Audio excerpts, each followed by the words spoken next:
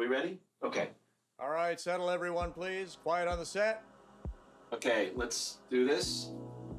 What I want you to do is when the camera starts moving forward, just start to drift back to that day, that moment when you knew. Right? And roll sound. Speed. Roll camera. Rolling. Marker.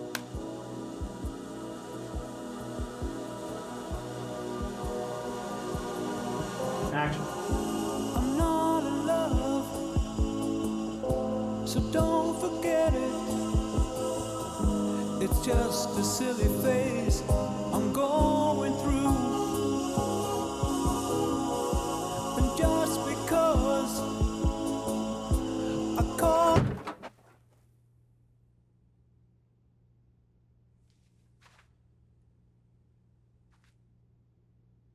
What happened?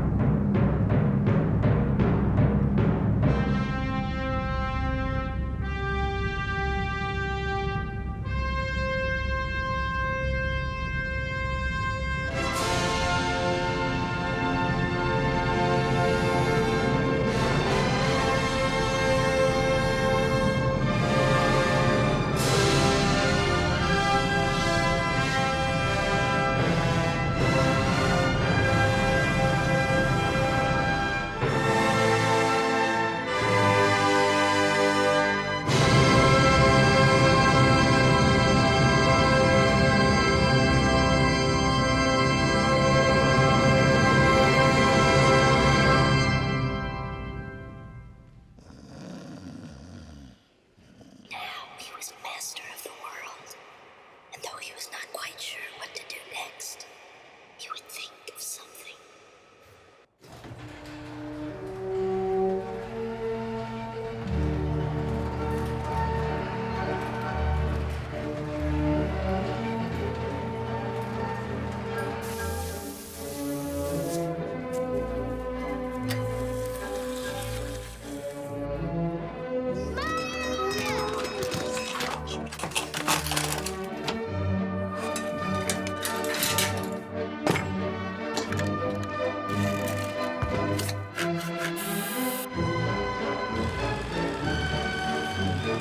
Not that cat.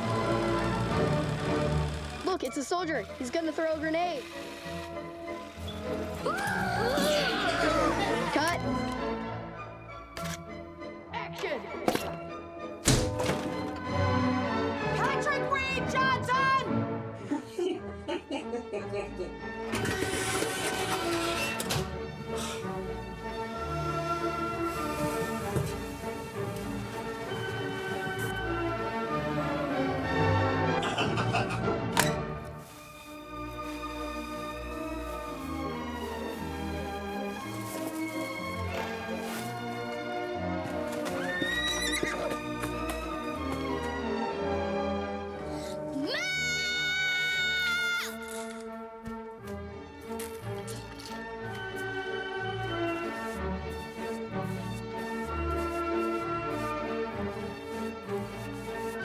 Patrick Reed Johnson!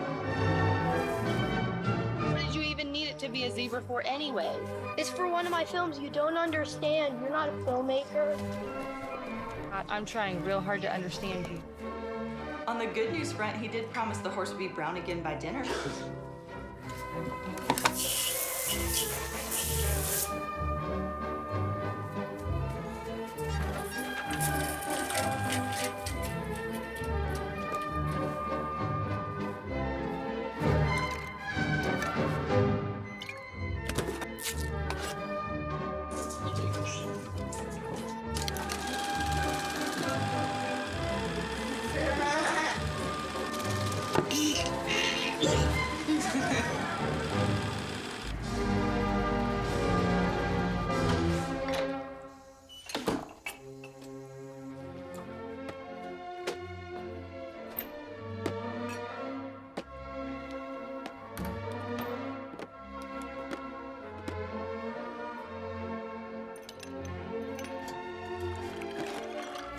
I was thinking, maybe it's time we thought about adopting another baby. How many babies do you want to have exactly? 1,000? I'm not sure. Jesus Christ.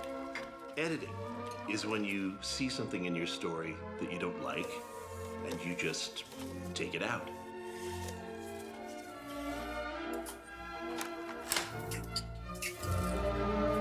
Take it out.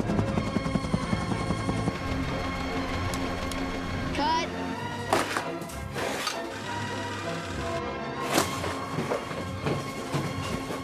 I already got blown up in the grenade scene. Jump. They just need a childhood. Everybody deserves a childhood.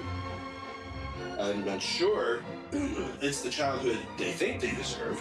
I think the childhood that people deserve is the one where they learn how the world works.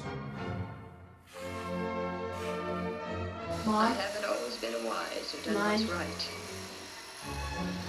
But all make mistakes. It's what we do after we make the mistake that's important.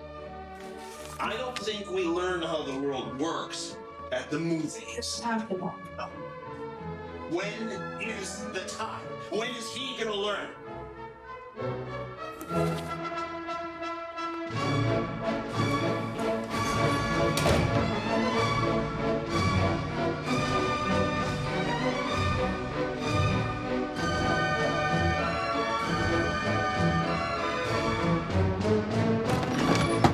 Patrick Reed Johnson!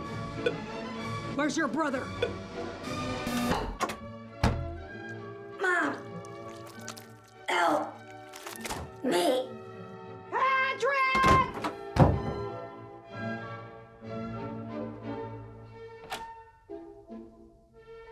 One of you is in big trouble. Steven Spielberg? Who the hell is Steven Spielberg? You're kidding, right? So tell me, Pat, what the hell's the difference between a director and a producer? Well, I don't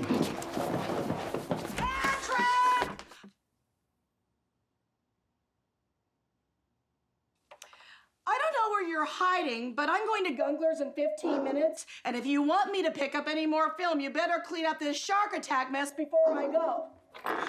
And don't forget, it's your turn to do the runs. producer, director.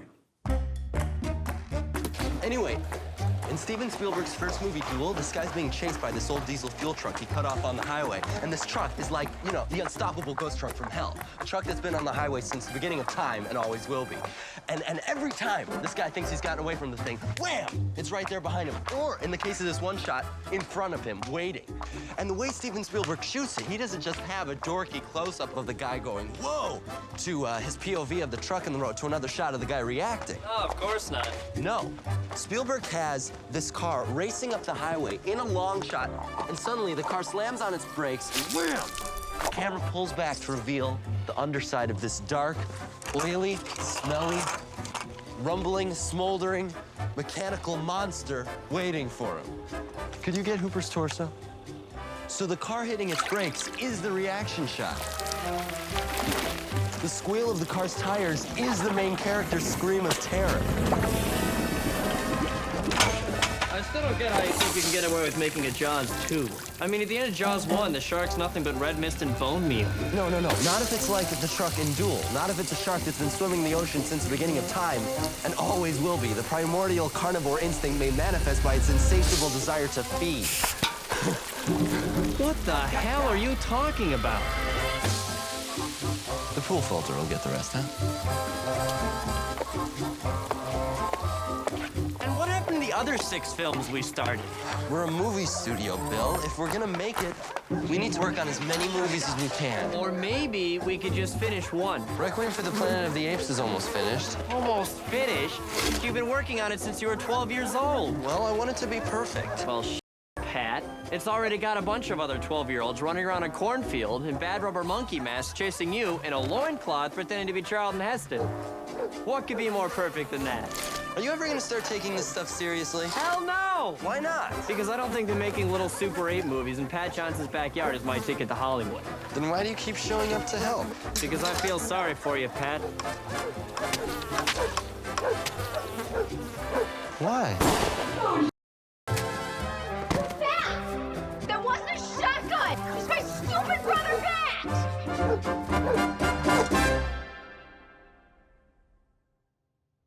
Patrick, when you dragged your box spring mattress out into the woods so your German snipers could fall out of the trees without getting killed, what did I say? You said, Patrick. Electrons, please. When you painted your sister's horse to look like a zebra, what did I say? After that. You said that you would always support whatever road I chose to follow as long as I was willing to pay the toll. And I always have been. I painted Jody's horse brown again. You were 10. That was a noble gesture. But you're not 10 anymore. And I'm not paying for another pool filter. Mom, we don't need a new pool filter.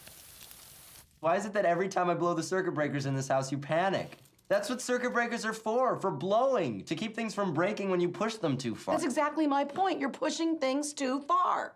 Mom, the shark attack had to look like it was taking place out at sea, at night. We couldn't take the shark out to Lake Michigan past the waves or it'd be too deep to operate. Plus, we had to shoot it day for night because I don't have any decent lights and we couldn't use them on the water without electrocuting Bill anyway. So, the perfect solution was to shoot it in an insert tank. It's a swimming pool.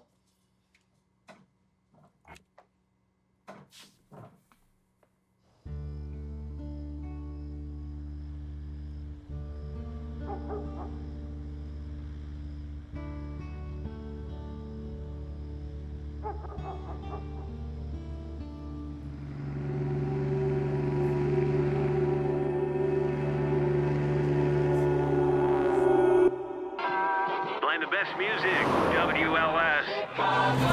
Your car shouldn't blow all your hard-earned dough. She's ready to go with Vesuvio. A lot of requests for this one. To start your day, have a little Queen along the way. Good morning, Mr. and Ms. Warren High School. And all freaks hiding behind the ROTC jet smoking pot. This is this year's president of the student body, Bill Holmes, along with this year's resident of a student body, Pat Johnson. And these are the morning announcements for August 23rd, 1976. The new school year got off to a rousing start at the pep rally yesterday with over 100 members of the Warren Township Marching Band all blowing and beating their instruments in unison. Wrap it up, boys. Okay, today's menu is an old favorite. That's right, the cafeteria is serving mutloaf. Served with greenish beans and your choice of mashed potatoes or tater. I mean tots. Damn it, Holmes, you cannot say in the morning announcements. Well, you just did. Besides, my was a typo. I'm pretty sure it should have read tots, not t. Damn it, Holmes. And finally, in the sports report, the varsity football team, led by quarterback Doug Osterland, trounced Stevenson yesterday. At the victory party, Doug had this to say. Oh man, I think I'm gonna hurl.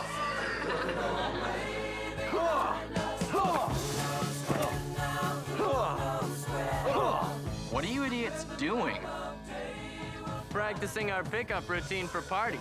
If one of us spots a girl we want to meet, the other one picks a fight and pretends to beat the crap out of the guy that wants the girl.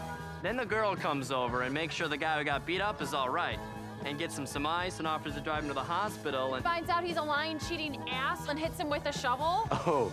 Only you would think this could work. Oh man, I think you're gonna hurl. Today's lesson, never mess with the alpha male. Oh, are you okay, Patty? Did he just say alpha male? Somebody get him some ice. See, it does work.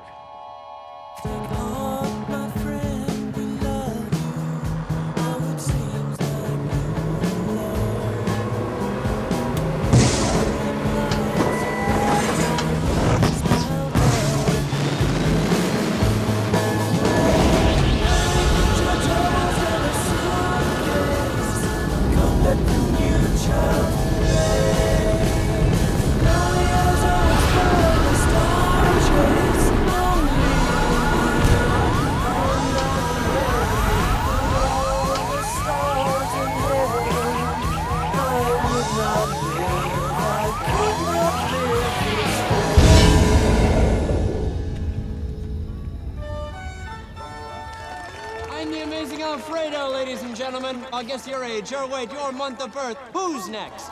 You? All right. What's up with your head? Some kid threw up on my face. Again. Oh, it seems you're a lot heavier than I expected. Grab yourself a prize, young lady. And try not to eat so many hot dogs, huh? Oh, you there. What can I guess for you today, young lady? Come on, huh? I'm the amazing Alfredo, ladies and gentlemen. Step right up. I'll guess your age. Your weight. Go on, Something up with you and Robin? What? No. No. She's Donnie. She's my best friend's girlfriend. Broke up weeks ago. What? She wants to get married. He doesn't. That's cheating. Just making a little conversation here. Yeesh. Okay, so... You got anything else, Patty? This is like old man food. That's all there was left. What is Vermouth, anyway? She bring us all out here with the promise of alcohol and the most amazing view in Lake County. And this is what we get?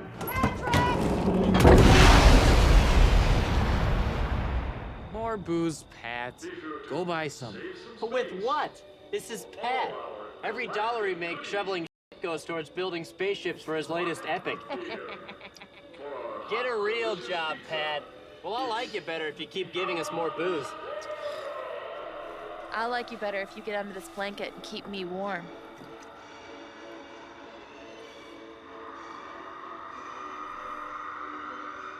It's a free country. So you have to get married. Go to hell, Bill.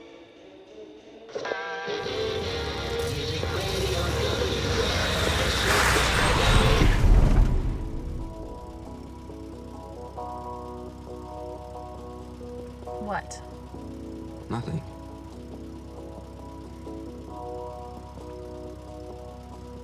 What?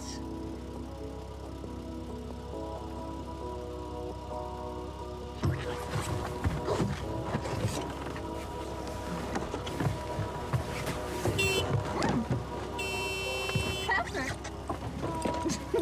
Patrick. Patrick. What? Why am I giving you a ride home? Because my car's in the shop. Why is your car in the shop? Have you ever seen Duel? Okay, well, anyway, I can't get it out until I earn some money. And I can't earn some money until I get a job, which I wouldn't be able to go to if I had one because my car's in the shop.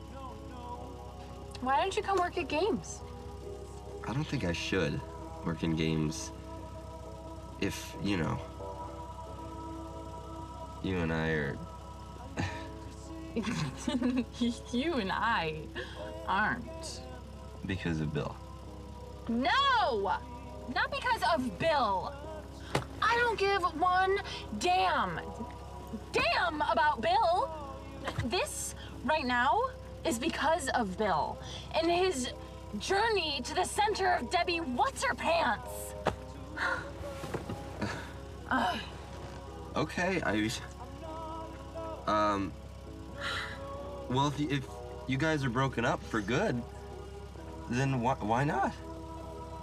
Because you're a goofy boy.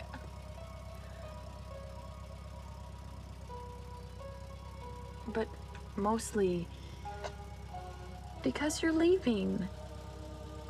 What are you talking So about?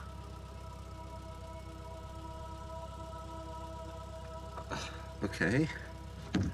Wait, come here. You are gonna find the perfect girl for you really soon. And then you'll finally lose your virginity. And then I'll be kicking myself because I didn't get to add it to my collection. Well, add it, please. Patty. Yeah. Get out! Get out!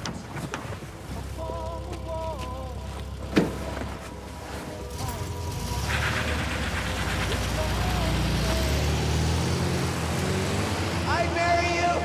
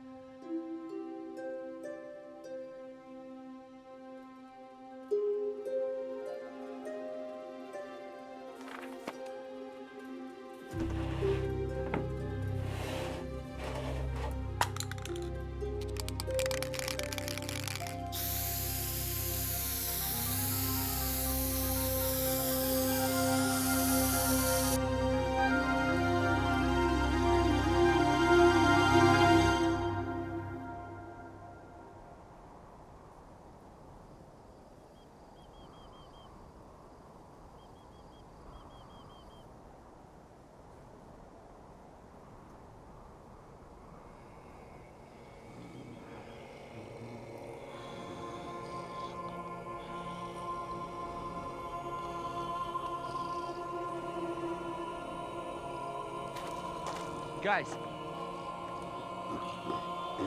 Guys. Check it out. Is this the coolest thing ever, or what? It's obviously not a natural rock formation. It's gotta be some kind of exotic alien unobtainium. But what does it all symbolize? Does the monolith represent a wall that we're destined to throw ourselves against forever? A headstone for the already doomed human race?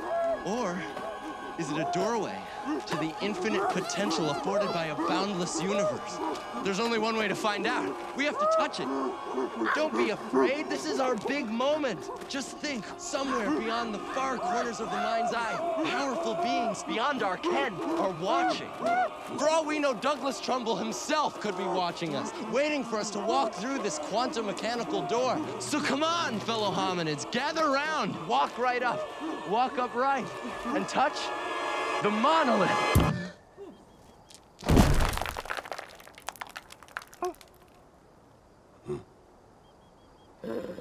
I can fix this. Patrick Johnson!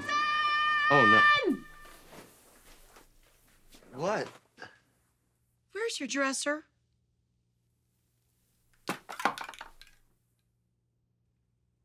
Huh?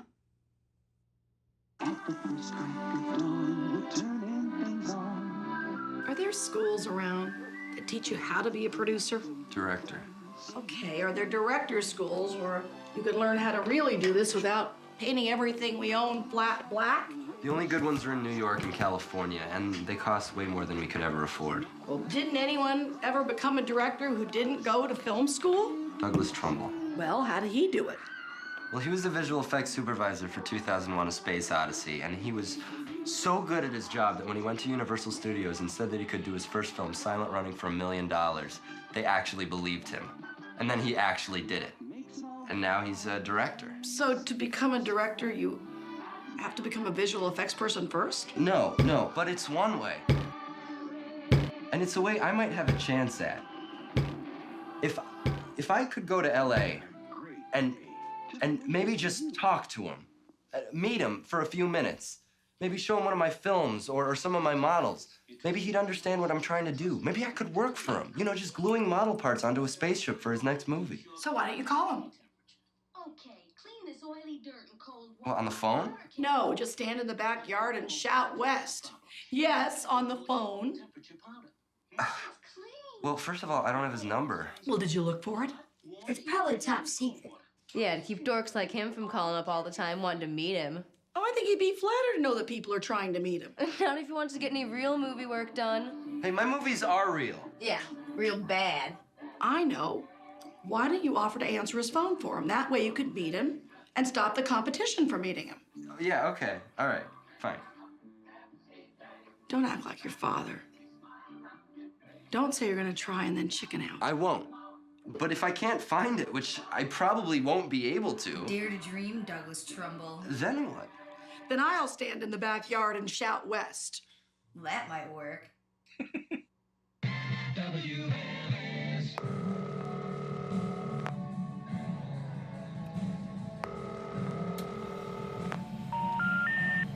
We're sorry. You have reached a number that has been disconnected or is no longer in service. If you feel you have reached this recording in error, please check the number. Calling Debbie Freund again? No. I wasn't calling Debbie. Did she ever smile at you? Of course she smiled. Why? Because that's how it works with you, Pat. You see a girl you like, you stare at her like a puppy hearing a strange noise. And then you smile this goofy smile. And if she smiles back, God help her, you fall in love. I do not. Happens every time. I was trying to find Douglas Trumbull, okay? Holy sh**. Yeah, I know. You're gay. What? Come on. You ignored Debbie Freund just to call some guy on a Saturday night? You're gay, Pat. I'm not gay, and Douglas Trumbull isn't just some guy. He's the guy who did the special effects for 2001: A Space Odyssey. Oh, so you're gay for a guy who makes unwatchable movies. What? 2001? Man, I hate that movie. No, Bill, you don't really hate it. You just don't understand it. No, I do really hate it, and nobody understands it. I do. Okay, then. What the hell is the ending supposed to mean? Guy flies his spaceship into a hotel room, gets old, drops his wine glass, and turns into a giant baby floating over the Earth? What the hell is that? The hotel room was designed by the alien intelligences observing Dave Bowman to approximate his natural habitat. The aliens wanted to know if Dave could try to figure out how to take the next step in human evolution, but he can't. He doesn't know what they want from him. Neither does the audience. Yeah, exactly. Because Dave represents the audience, and like the audience, he's not ready to see beyond what he expects to see. So with each moment of missed opportunity to evolve, he gets older. His years passing before him in the blink of an eye, or in this case, the changing of a camera angle, till finally, maybe just as the answer to the riddle is finally within his grasp, he's too old to reach out and touch the monolith and receive his final gift of enlightenment. So the aliens send him back to the evolutionary cradle to start all over again. No, they don't. They send him back as a giant baby floating over the Earth. It's called symbolism, Bill.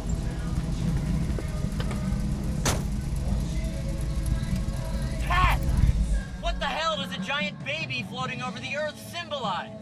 Well, if you're Arthur C. Clarke, who wrote the book and is an eternal optimist, then Dave was sent back as the Star Child, the firstborn in a new breed of man who might one day touch the stars. If you're Kubrick, who's such a realist he won't even fly, then Dave was simply sent back as a cosmic mirror, held up before the Earth as if to say to humanity, this is who you are and this is all you'll ever be, a race of selfish, uncomprehending children. What the hell are you talking about? You know, you could save a lot of time destroying my reputation if you just wore a propeller beanie or spray-painted Geekmobile on the doors of my car.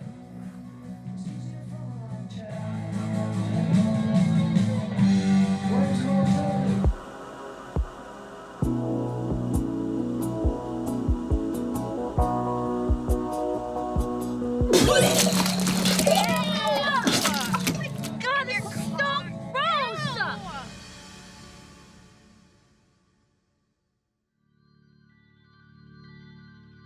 Argent, hold your head up. WLS Music Radio 89. What part of Jaws 2 takes place in a shopping mall? We're not shooting Jaws 2. So what? More Requiem for the Planet of the Apes? And at the end, you're riding up the beach on a horse and you see a J.C. Penney sticking out of the sand? My God, they finally really did it. They marked down the world. Damn you! Damn you all to hell! We're shooting The Visitor. What the hell is the Visitor? He's this alien that's stranded on Earth after these Air Force F-14s that were scrambled to find out just what the hell went down in the cornfields of northern Illinois. Spot the heat signature of the car that contains these high school kids that saw the alien crash. Dad! You don't have enough money to buy lunch. How the hell are you gonna pay for an F-14?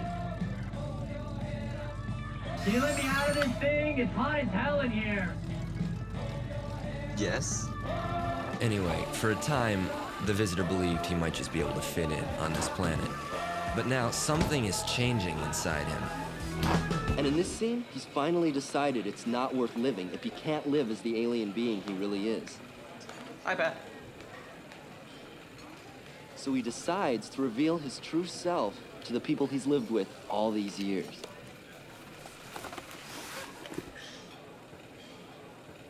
No matter what the cost.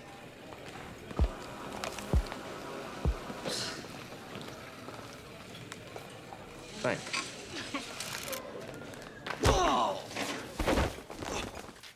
Today's lesson.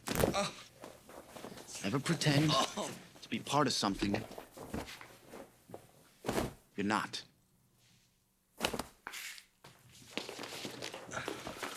You okay, Patty? You want me to get you some ice? Why doesn't he ever hit me? Shut up and lift, Bill.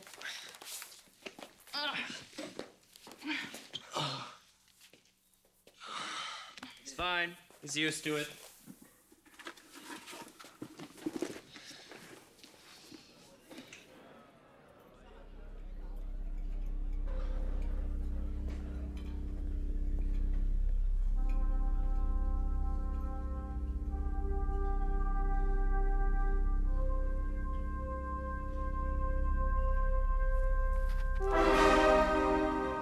Oh, no. Patty. No, Pat. No.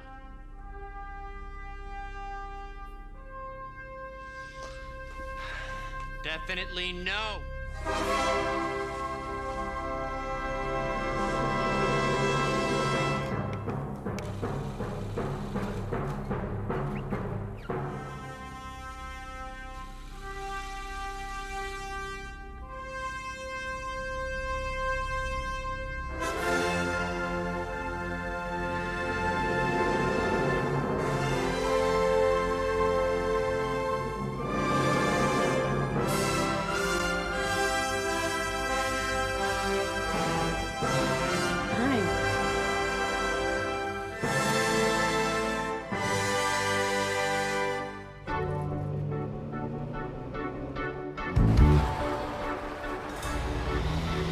Dreamer, you're nothing but a dreamer.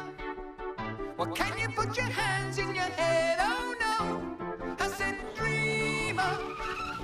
You say you are a dreamer.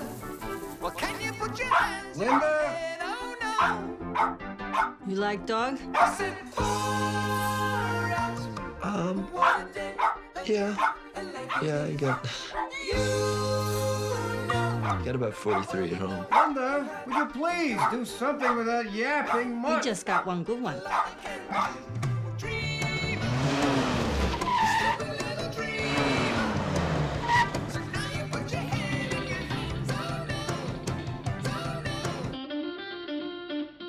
What are you doing?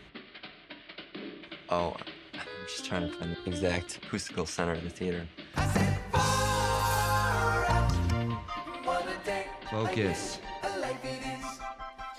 Focus! Got it! Well, you know, you have it coming to you. Well, now there's not a lot I can do. What's my plan? What's my plan? Yeah, of course I have a plan. Good morning, Mr. and Miss Warren High School. And all lovesick sci-fi geek former best friends skipping school to go make out with their girlfriend. The plan is I go out there, I meet Douglas Trumbull, Ooh, laundry's done. Pat, wanna help me with the laundry? show him some of my models and drawings, maybe some of my films, and get a job. This doesn't bother you? Hey, does the Pepsi-Cola company know you're using their product as a floor cleaner? This is your student body president, Bill Holmes, and my imaginary friend, Pat Johnson. Hi, I'm Pat. Let's watch Star Trek. Do you want to see my model shop? Did you know that the mechanical shark in Jaws is named Bruce after Steven Spielberg's lawyer? Can you believe I'm still a virgin? Really? Damn it, Holmes! What? I can't say virgin? Well, there's something we have in common. Really? And in the meantime, I'll be staying with my dad while I save up to get an apartment. Yes, my dad. Yes, that dad. Hollywood likes Star Trek. Hey! Pat said your center speaker is distorting again. He also asked how the penicillin was working out, you know, for your, Yes, he does know about the plan, kind of. He thinks I'm coming out to check out medical schools. And what can I guess for you today, little boy? Guess who I'm in love with? Let's see. Could it be Douglas Trumbull?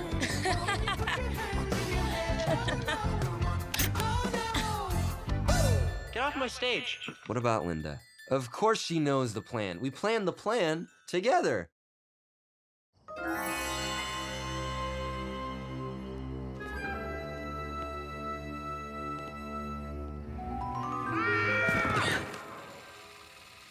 Cut! You okay? No, I'm not okay. I'm tired and hungry and full of burrs, and I can't see anything in this stupid mess. Maybe he could come up on all fours? No, a superior being from another planet beckoning us to join him out there, where we might learn the secrets of the universe, would not go up his boarding ramp on his hands and knees. Yeah. Probably wouldn't arrive in a hubcap filled with Christmas lights either. Yeah, probably not. Hey, can I take this stupid thing off? It smells like feet. Yeah, go ahead. We're done tonight. But we didn't get the shot. We're done. Good night. Girls ruin everything. You give me hope for mankind. Go to hell, Bill. So have you ever seen one? A UFO? Well, when I was a kid, I used to watch planes take off from Waukegan Airport. You could see them just over those trees there. But you couldn't hear them. There were just these blazing, silent lights. coming this way. And every time a plane took off, I thought, or wished, that it was a UFO coming to take me back. Back? I thought that maybe I was an alien. What could possibly have changed your mind? Well, my dad said that UFOs didn't exist, and to prove it, he drove me down to the airport to watch a plane take off. Wow. Plus, the aliens never did take me.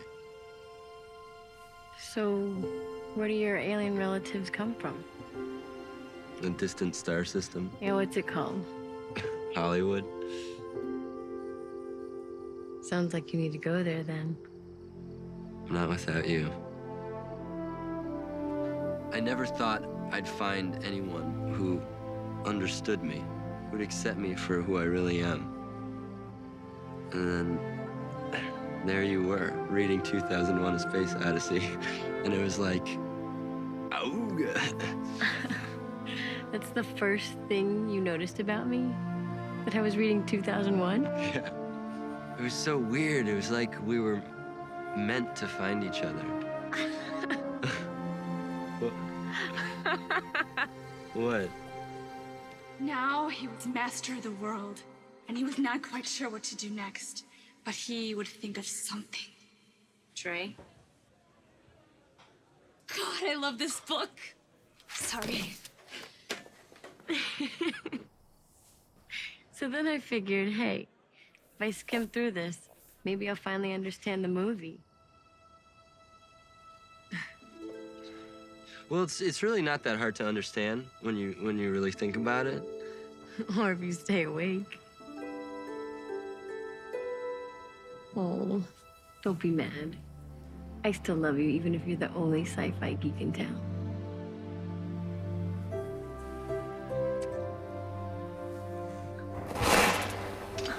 Patrick Reed Johnson! Oh, great. Don't worry, I got it, Mom.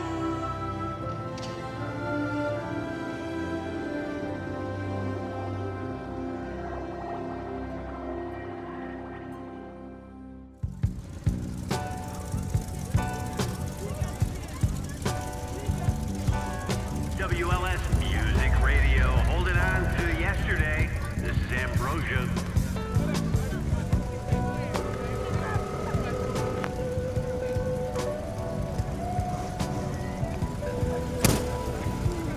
Calling your gay special effects lover again?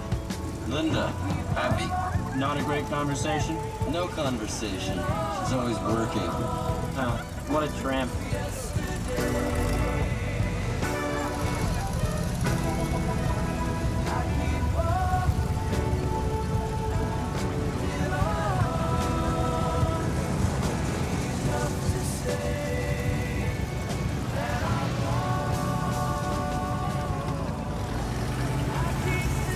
What? I was just thinking. What? You should come with me. Where? Hollywood.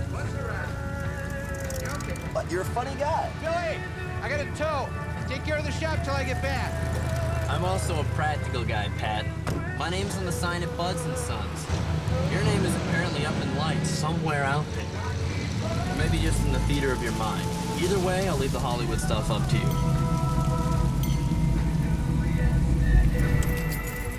Well, if it isn't Mustang Sally and the Pinto Kid. Hi, pal. Hey. So I see the SS Bondo is still afloat. Why don't you let my dad crush that thing and put it out of its misery? Dad hasn't seen a car this nice since he was conceived. At least when my dad rebuilt this baby, he put the weight where it counts. Bill. Under the hood. Oh, he put your mom under the hood? Try a 454 Holly carbonated V8. Anytime you want to embarrass Anytime I want to embarrass myself, I'll borrow your mustache. You guys. What did you say? Time to go home. Don't you think time? Tony, stop! Hurry up! Open up, you... Who the hell is this guy? Tony Vesuvio. Of Vesuvio's junkyard? Dino and Lorenzo's brother, older, stupider brother, if you can believe that. Just go. He can't kill us if he can't catch us. He can catch us. I thought you said there's a V8 under. Door, What do you mean what? My dad replaced it with something a little less thirsty when the gas prices hit. How much less thirsty? 4 cylinders less. Oh, maybe if we run in 2 different directions, it'll confuse you. Get down! You know, he knows we're in here. May have a faster car, but I'm a better driver. Well, you'd have a better chance to prove it if you drove. The count of 3. 1, 1, 2, 2, 3! Jeez, you guys, relax. Why would we do that? With this maniac out here. Tony's cool now. How did you get him to calm down? I told him who you were. And who am I? My boyfriend? Who is he to you? Tony, his mom and mine have worked together for years. We've known each other since we were 6 years old. He's like an overprotective brother. I thought you were working the game tonight. I was, but by the third quarter, Antioch was beating our butts, and there was nobody left in the stands to buy anything. Jenny Bodziak said she'd cover for me, but my car's still in the shop, so Tony said he'd give me a ride home. Well, we can give you a ride home. I don't think that's such a good idea. Oh, and you'd rather ride home with him? Yes, if I want to see you again in this lifetime, which I do. Mom trusts him. But not me. Tony doesn't look at me the way you do. So I'll quit looking at you like that. You better not.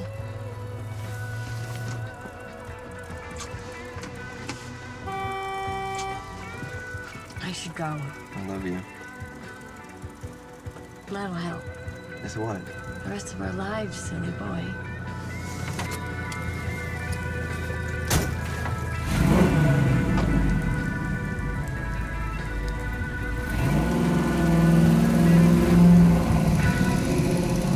Did you just get engaged?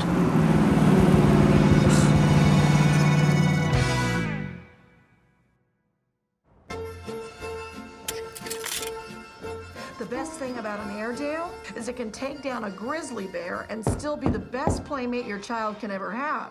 Did Linda call?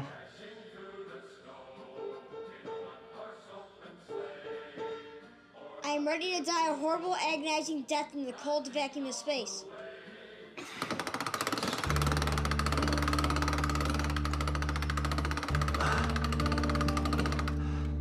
All right. Ready? Yep, here we go. Now, you're in space, so float. Now you're asphyxiating. What's asphyxiating? You can't breathe. You don't have any air. Come on. Like this, like this. There you go. Don't look at the camera. Why would I be looking at anything? I'm dying. What if I throw up in space? You're not gonna throw Wouldn't up. that be cool? Don't throw up. I'm gonna do it. That's very funny. I go. Better not throw up. Oh, that's disgusting.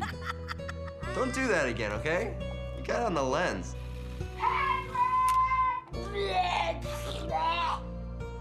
What? I have to go to the bathroom. Can you just hold it? I guess. What? It's Linda. Misty, knock it off.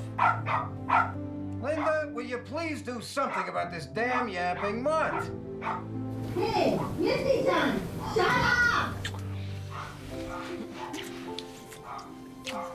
Oh, stop. What? I thought we were gonna get married and have a big house and 2.3 kids. You don't have to have him tonight. No, like 9 months from now. What are you in such a hurry for? You're 17 years old. Don't you want to see the world a little? Sow your wild oats and all that? No, I don't. I want to be with you. That's all I want.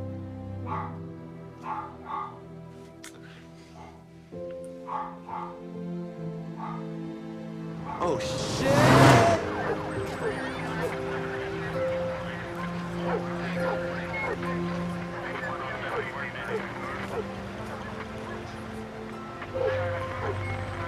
Stop!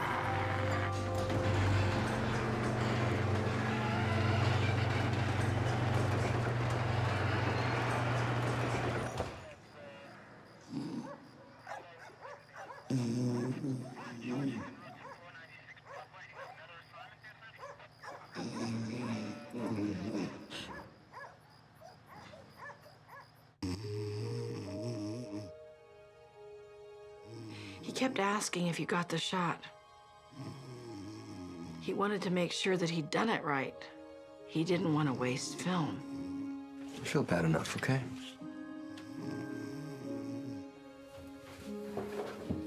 It isn't just about you, it's about him too. He needs a man to be around right now. Oh, and that's my fault? No, it's not. But that doesn't change the fact that with your father gone, you're the one they all look up to. They count on you to be there for them. Yeah, well, maybe they shouldn't. Maybe I'm not ready to be counted on. Oh, maybe you should be moving so fast with Linda then. Maybe you should mind your own business. You are my own business.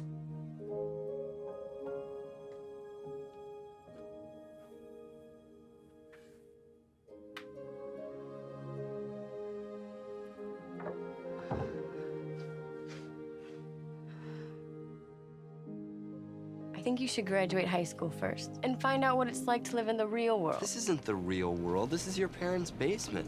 I just think that before we move in together, you might want to find a job that pays more than minimum wage. Yeah, but there aren't any part-time jobs in Lake County that pay more than minimum wage. That's why I got a second job. You what? Mom got me on the late shift at Solo. Doing what? Injection molding cups on the machine right next to hers. Okay, well, maybe your mom could get me a job at the machine next to yours. Actually, that's where Tony works. No. There's an opening at Weebolt's managing the men's department. Well, I'm not real comfortable in a tie. Are you comfortable in my parents' basement?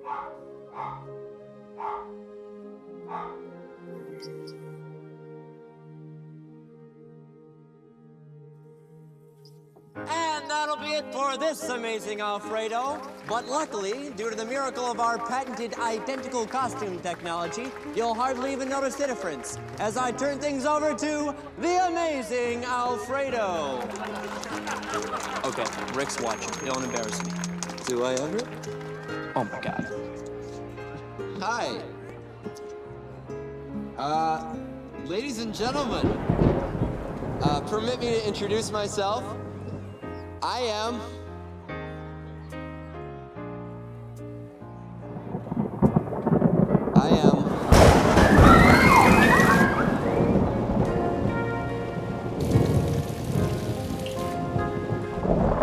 Now he was master of the world. And he was not quite sure what to do next, but he would think of something.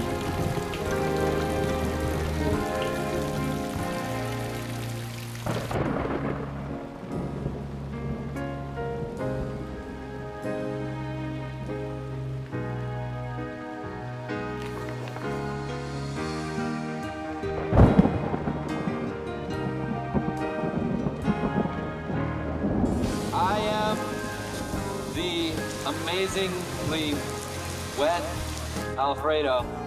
I shall guess your age, your weight. Guess who I'm in love with? Her, Janet Johnson, Stonebridge Airedale. Got the job. We're going to Gage's Lake with Bill and Robin to celebrate. Have I got a dog for you? He's had all his shots. He's completely house trained, very well behaved. He needs a haircut, but we do grooming here as well. But seriously, he's been making these little moves since he was 9. You know, with the home movie camera his dad left behind. But they're really something. He did this one, which is like those Planet of the Apes movies, and he and his friends stuck straws up their noses so they could breathe and put plaster all over their faces and made molds and sculpted ape faces and made masks out of liquid latex, and then they went out and put together sets and little models and shot the whole thing themselves, and it's really good. And they showed it at all the grade schools around the area, and he was even in the local paper. But now, all he thinks about is getting out to California and meeting those movie heroes of his, like, what's his name? The guy that did all the trick photography on 2001? Special effects. Yes, that's right, Douglas Trumbull. But here we are in Wadsworth, Illinois, and I don't know how to help him. And I certainly don't know anybody in Hollywood, so here's what I was wondering. If I could save enough money and get him out there, do you think maybe you could talk to him and give him some pointers and maybe introduce him to this Douglas Trumbull person?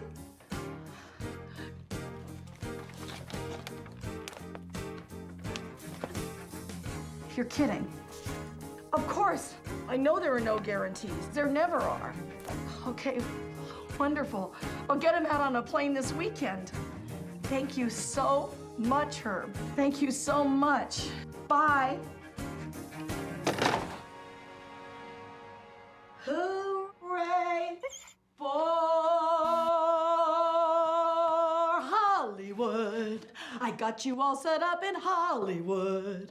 I called a guy I never met there. Now let's cut your hair and find you something to wear.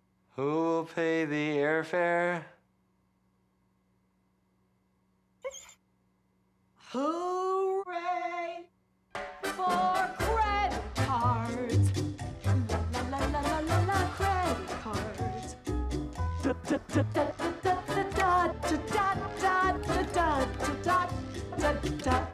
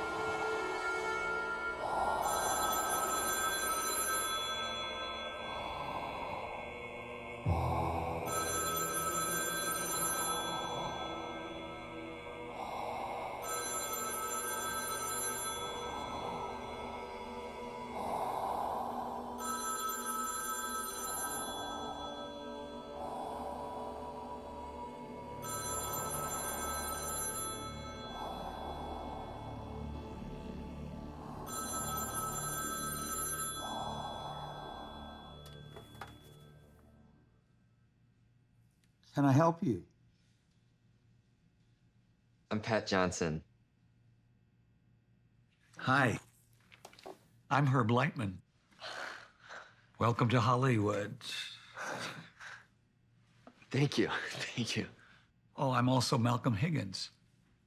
And Stephen Blum. And Ari Roscoe. And Colin Anderson. And Philippe Castro Jr. You write the whole magazine?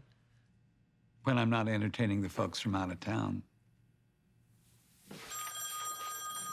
And answering the telephone.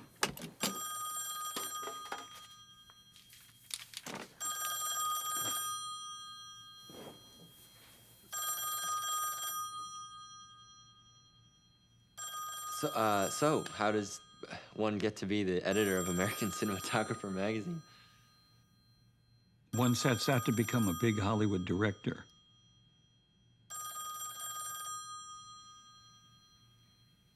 Again, I just want to thank you so much for doing this for me.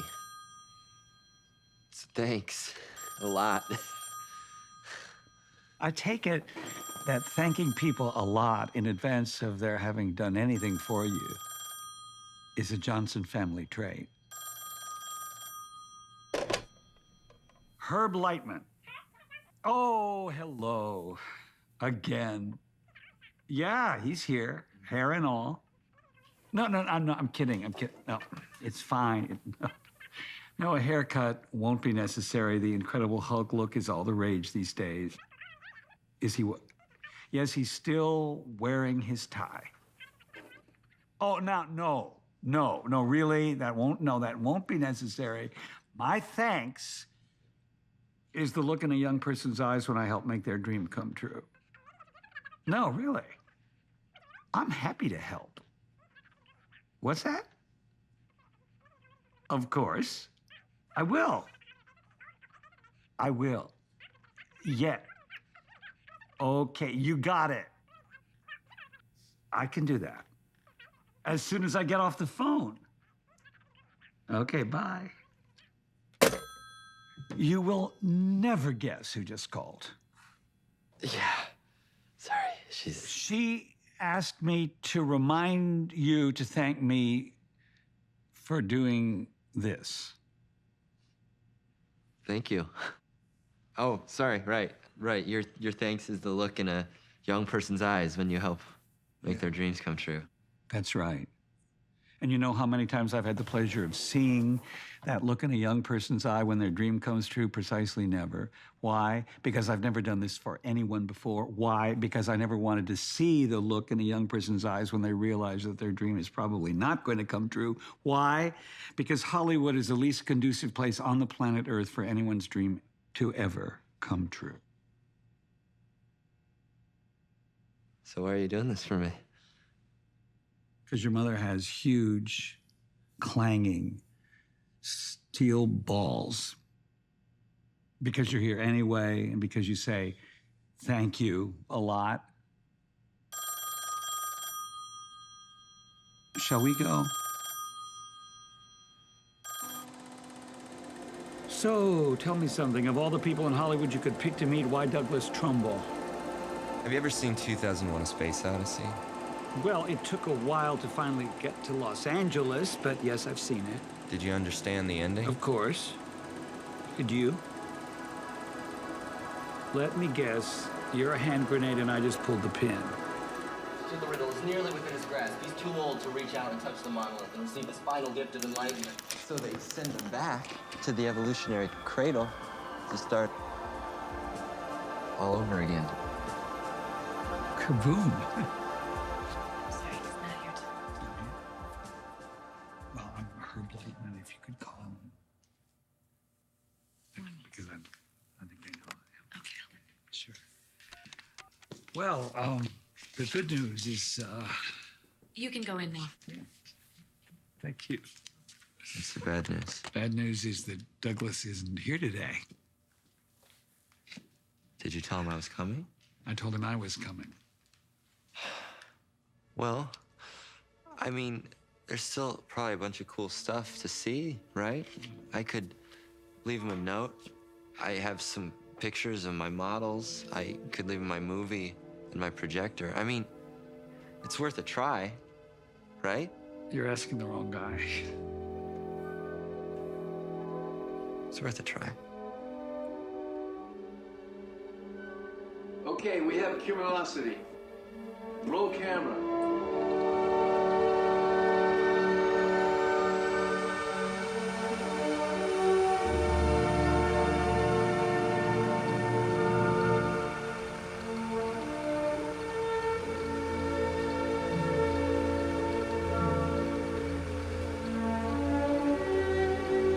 Give us a little more speed on the color changes.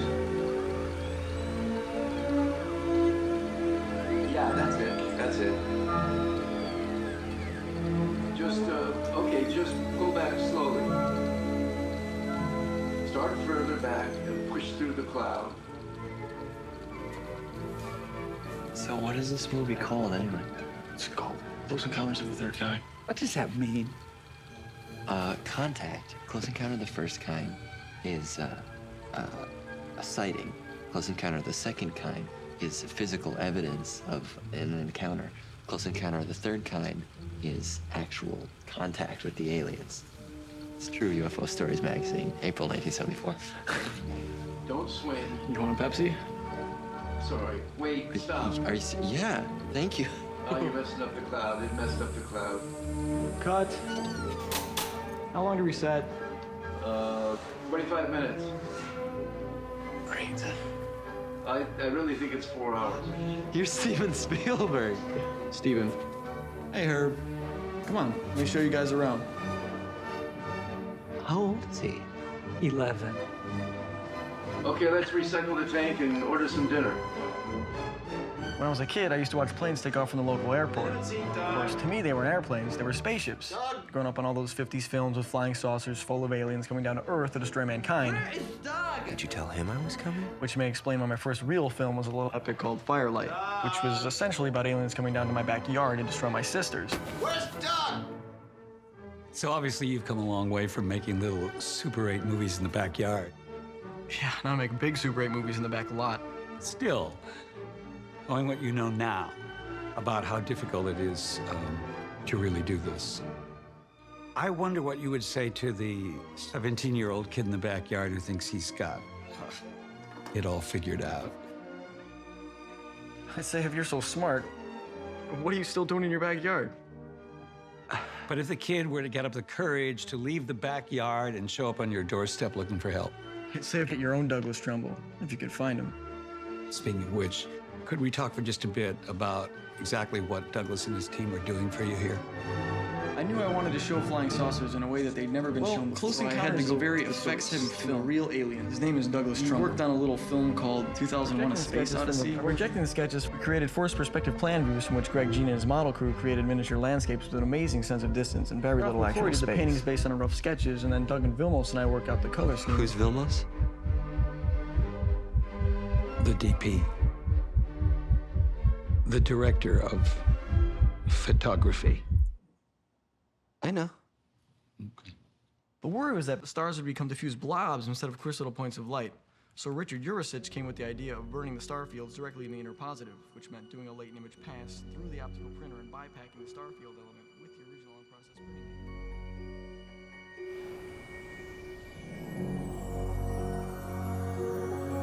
Projection would allow us to put these large format images on the Scotchlight screen, reflected back exactly on axis, so that any foreground object will block its own shadow, providing a perfect comp with no need for blue screen or motion control. What, what's motion control?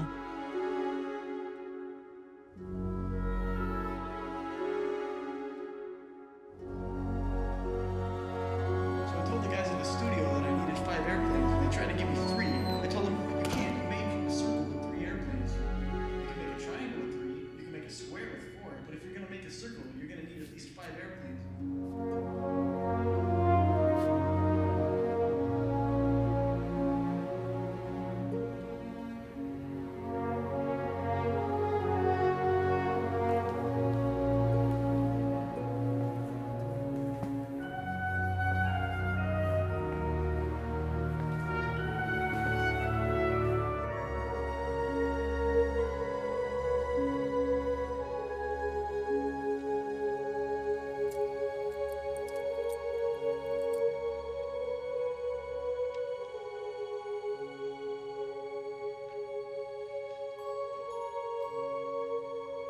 You're Greg Jean. You built the Dark Star and the penis ship in Flash Gordon.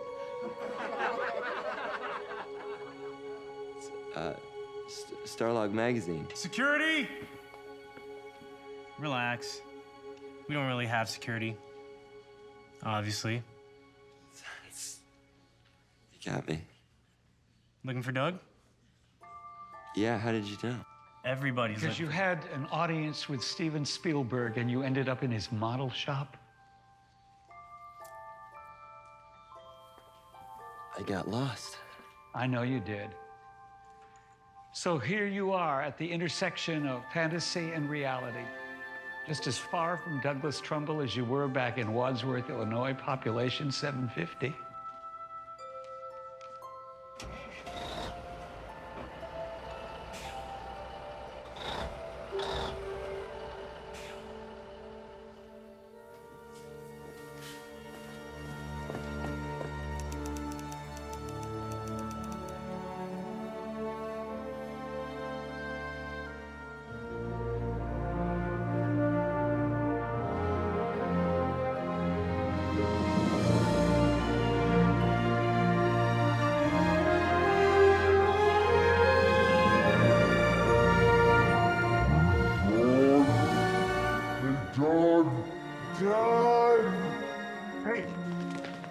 Hey, Doug.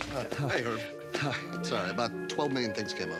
We can do the interview another time. It's not important anyway. I just want to tell you that I brought somebody along today who has been anxious to meet you since he saw 2001 when he was 8 years old, and he understood it no less. But anyway, he's a film director himself, and that's because he was so turned on and so inspired by your first film. So if you could have half a second, just say hi.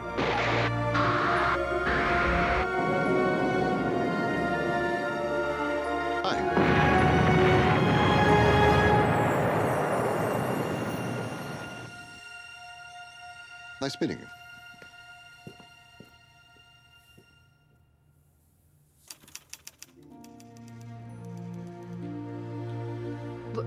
Wait, you? nothing to say? Well, that's so sweet. So... Stupid! I can't believe you said that! Said what? Nothing! It was a good start. Hi, my name is might have been a good follow-up. Oh, boy. Saying goodbye to Stephen might have been a good idea, too.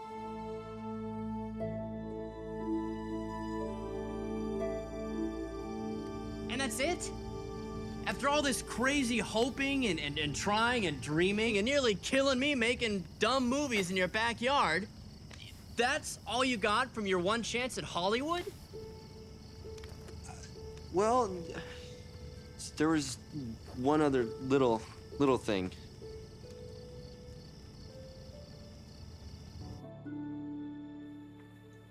Hi guys, John Dykstra. Welcome to Industrial Light and Magic.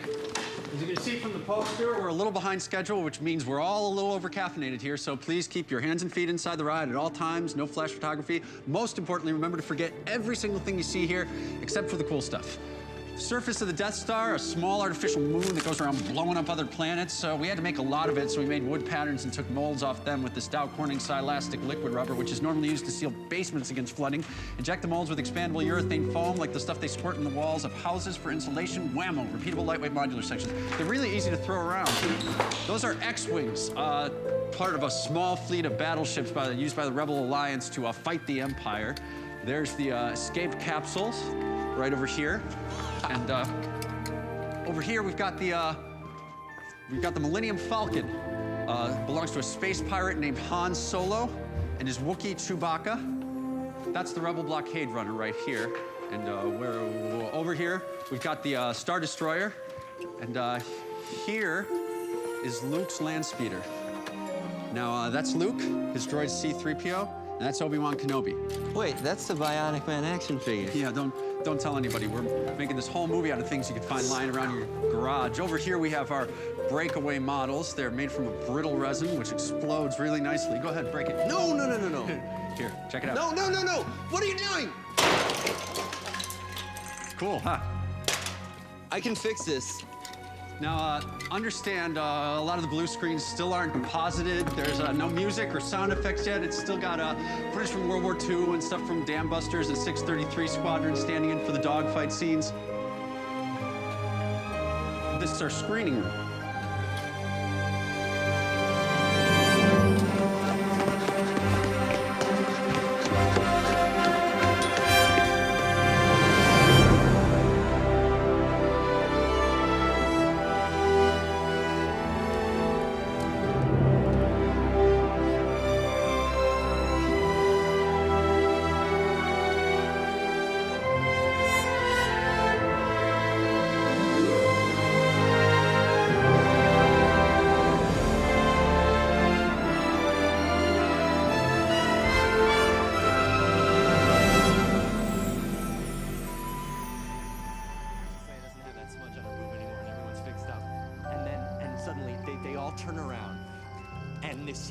Crowd of hundreds of Rebel pilots give him a standing ovation. And that's it. That's the end. Okay. So, I just have one question for you. Go ahead. What the hell were those hundreds of other Rebel pilots doing while their pals are getting their asses kicked attacking the Death Star? Well, I don't know. Who cares? I'm telling you, when this movie comes out, it's gonna be like Woodstock. I'm thinking Nerdstock.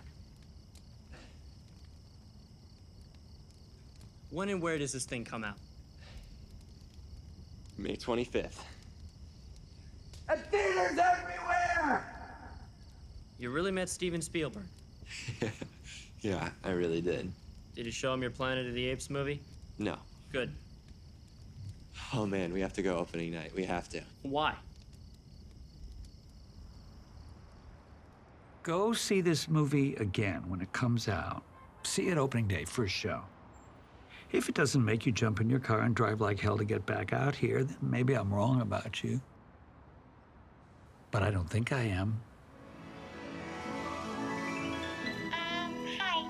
Pat Johnson says your center speaker's distorting again.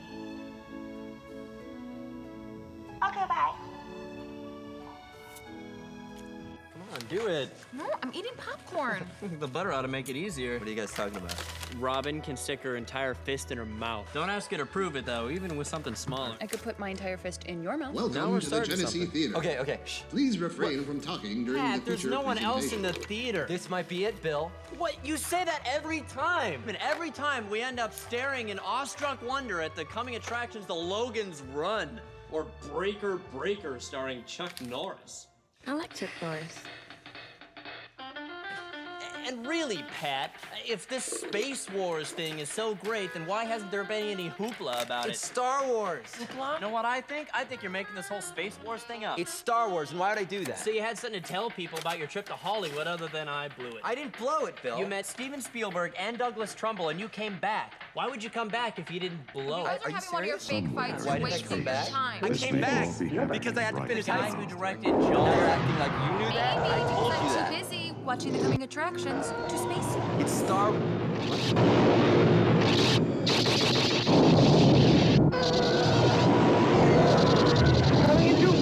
It's an epic of heroes, villains,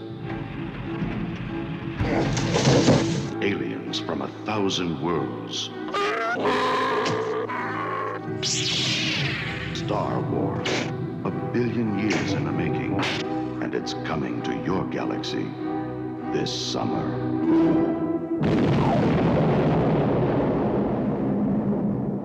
Oh my God. What do you mean, oh my God? That was the goofiest thing I've ever seen. May 25th? That's like a month from now. I know. No, Pat. You don't.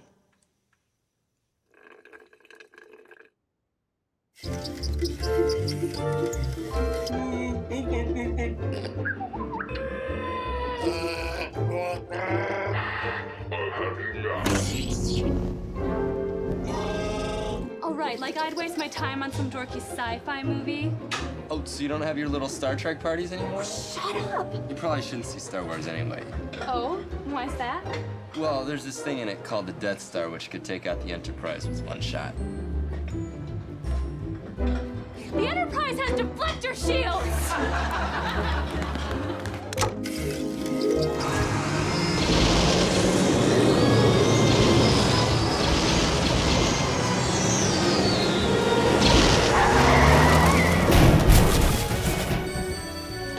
What's the garage?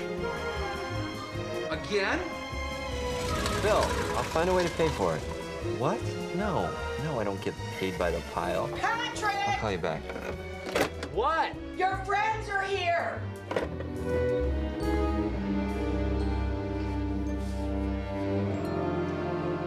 Hey, Hey. I heard about your car. Yeah? Look, we got off to a bad start, and I was thinking if you and Linda are gonna be getting married or whatever, you're gonna need money. Okay, so? So, Tony thinks his dad would be willing to fix your car for free. Linda being family and all.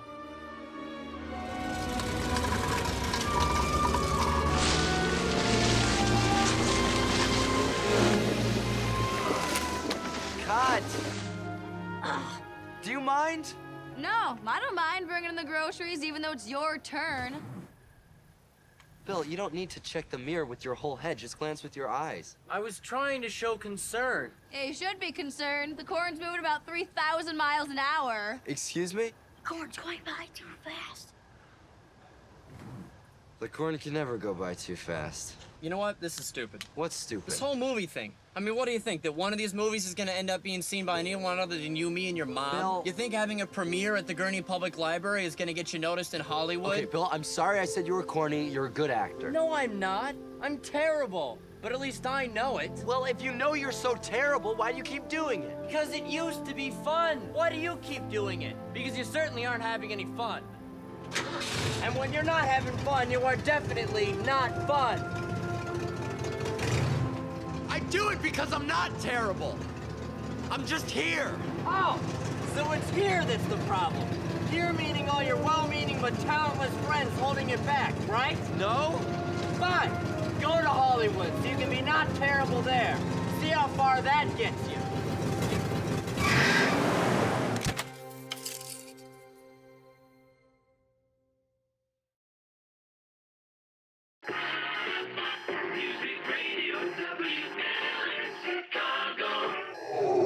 Don't be alarmed. It's only the death breath of the Dark Lord. Star Wars starts today at select theaters. Rated PG. Parental guidance suggested. Good morning, Mr. and Ms. Warren High School. And all geeks sitting on top of the buses looking into the girls' locker rooms. This is your student body president, Bill Holmes, and these are your morning announcements for May 25th, 1977. The menu today that will live in infamy.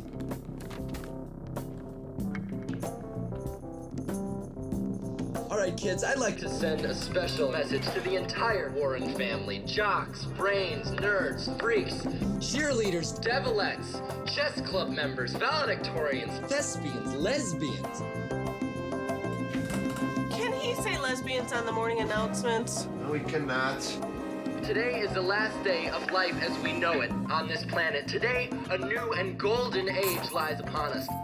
Today is the day that every last character name, scene description, and vocal sound effect you've heard from me these past few months will finally make sense.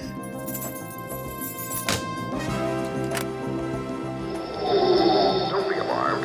It's only the death breath of the Dark Lord. Very bad. Don't be Very bad. It's only an Imperial cruiser making the jump to light speed. Relax. It's only a movie, and it's all for fun. Director George Lucas and 20th Century Fox. When I find it, and I will. Star Wars. Enjoy, laugh it up, monkeys. Parental guidance suggested. It starts today at theaters everywhere. Everyone meet at the Gen Z at 3 p.m. The first 40 people to show up get in free.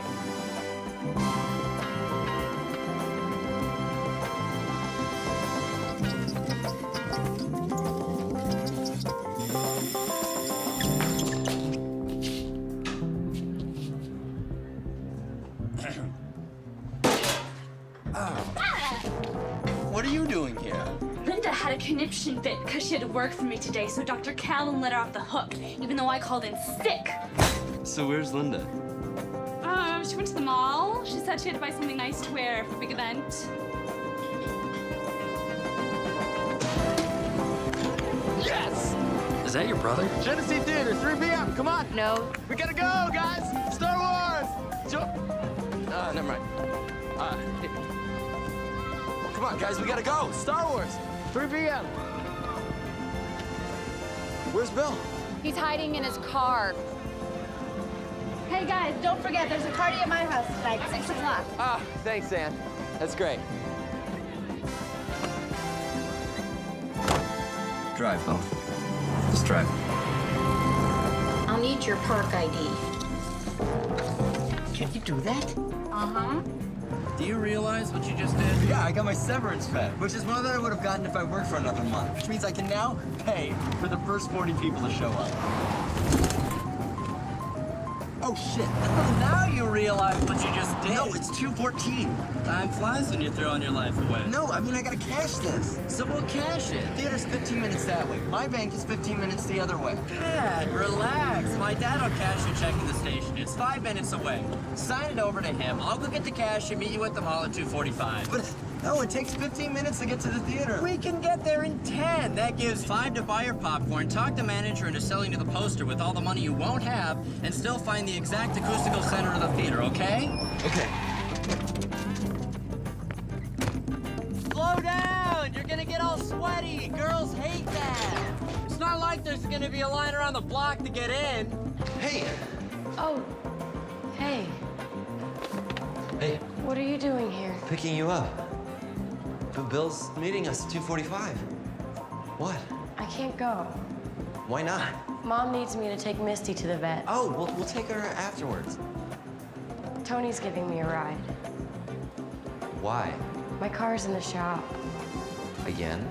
Yeah, again. Wow, that's convenient. What's that supposed to mean? Well, let's see. First, Tony's dad can't seem to find the left front fender for a Ford Pinto for over a month. And then after managing to finally scrape together enough money to pay him, he tells me he's been charging me a storage fee on top of the original amount. And now your car's back in the shop, and suddenly Tony's the only one left with a car that works, which you have to go back to your house in with your new underwear. And now, can you tell me what's wrong? Yeah, I can. You don't know when to stop thinking. What? Wait, what? I'm the proud owner of a brain refined by 6 million years of evolution. How am I supposed to stop thinking? Try feeling. Oh, come on. Wait. Touch me. I'm sorry. Don't even talk to me. And don't call me either. Wait, don't leave. Don't leave, come on. Don't leave!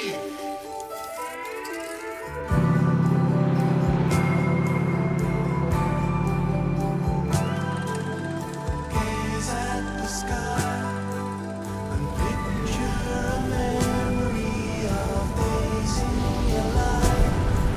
You knew what it meant to be happy and free.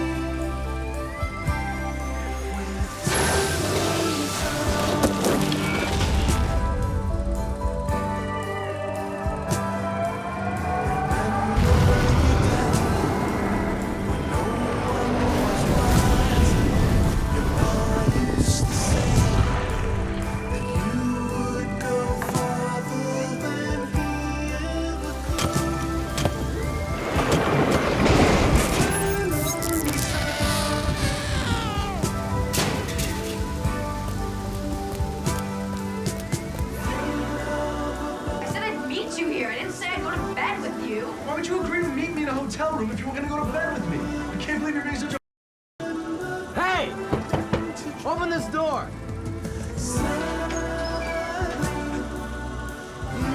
What the hell do you want? I want you to leave my sister alone, you punk. Okay. Star Wars, 1 billion years in the making, and it's coming to your galaxy this summer.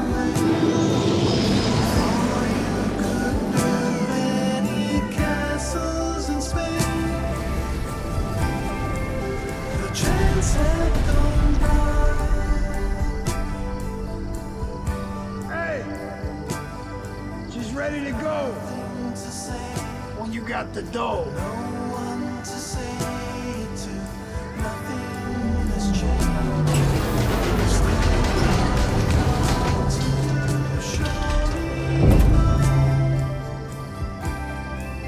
The chance has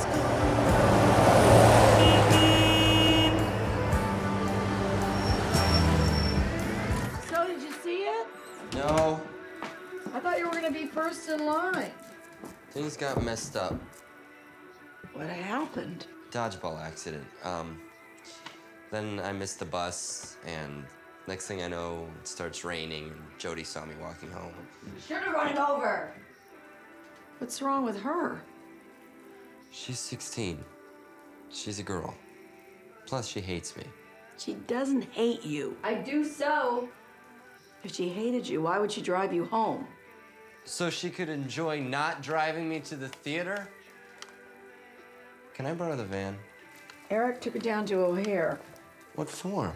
To ship a dog I sold some people in Atlanta. They wired the money, thank God. Great. Could I borrow $200? I don't know, when you walk by the runs, did you notice 2 million piles of poop? What the heck do you need $200 for? To pay for 40 of my friends to get in to see Star Wars. You know, they say if you have 3 good friends in your entire life, you're a very Mom, lucky... this is really serious. I need to get as many people as I can to the Genesee Theater, especially me.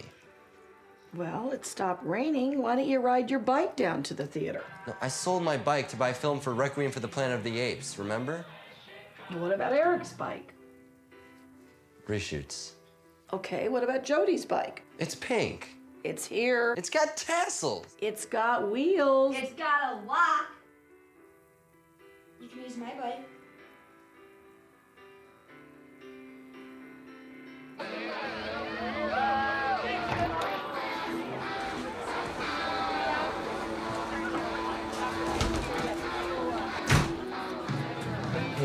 on to this for a second?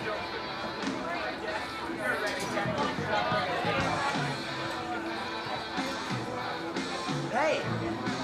Hey, Pat, I was just heading out to find you. Where the hell have you been? Jeez, will you relax? Relax? I missed the 3 p.m. showing of Star Wars because of you.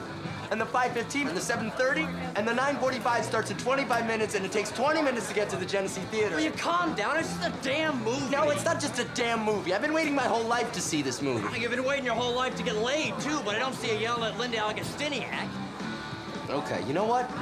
Forget it. I'll go by myself. Just give me my check, okay? It's in my glove compartment. I parked like a mile away. Besides, what good is it gonna do without a place to cash it and without me to take you there? Why didn't you cash it before? Why didn't you come back? Remember that night last fall when Robin gave you a ride home? Yeah? She came over late. She was really drunk. She told me if I didn't want to marry her, there was a guy she knew that would. Bill. I didn't come back because I found out who that guy is.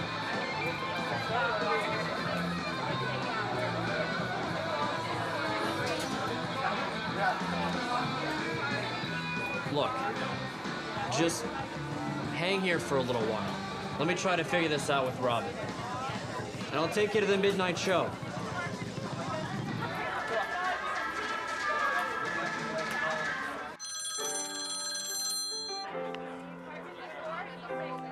Hey, Pat. Hey, Donnie. How was Star Wars? It was great. Yeah, it's so great, in fact, that I went to the 5:15 and the 7:30 show. And later I'm going to the 9:45. Hey, what is this movie about?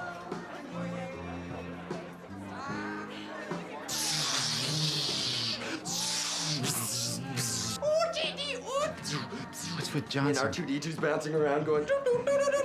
Nice smudge mark on her boob is gone, and her hair's all different, and she hands Luke and Han medals, and everybody turns around, and literally this crowd of hundreds of rebel soldiers all give him a standing ovation, and that's the end. All right, so I just have one question. What? What the hell are you on?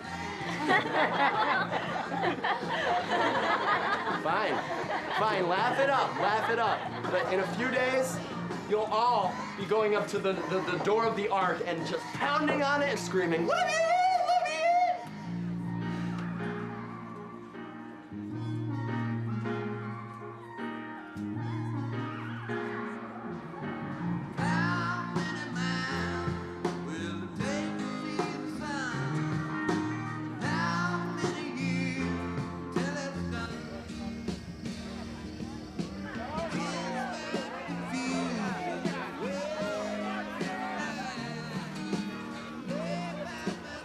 Hey, what the hell was that look for? What the hell were you doing making out with Doreen Blandis? I thought you said you were gonna work things out with Robin. Yeah, well, I also said I'd get you to your movie, and I'm gonna get you there. So come on, go. Hey, Moon Watcher. You can't get there from here. This ain't Cape Kennedy, and it sure as hell ain't Hollywood. It's just Gurnee. I'm not even from Gurnee. I'm from Wadsworth. Population 750, the edge of nowhere. Hey, a lot of famous people came from the edge of nowhere.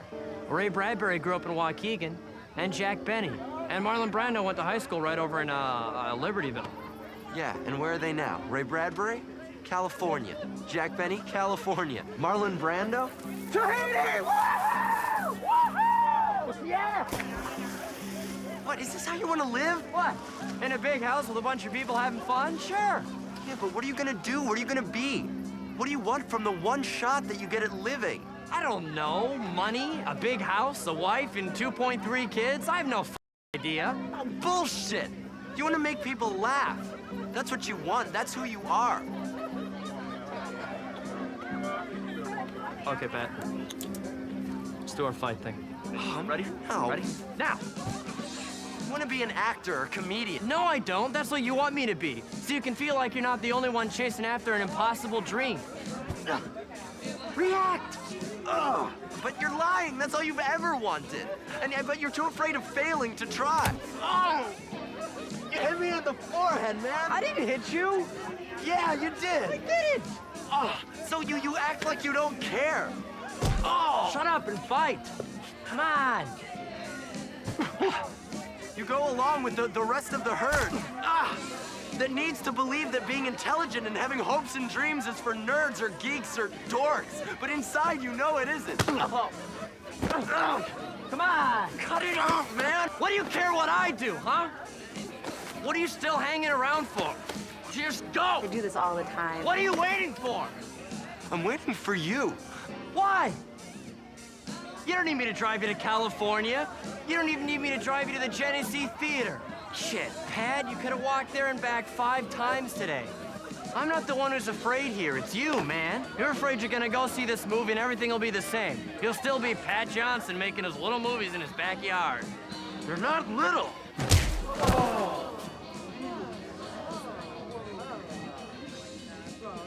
I've just got a big backyard.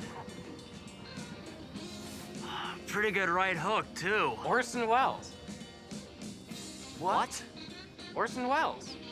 Grew up in Kenosha. That's like 10 miles from here. Oh, it doesn't matter where he grew up.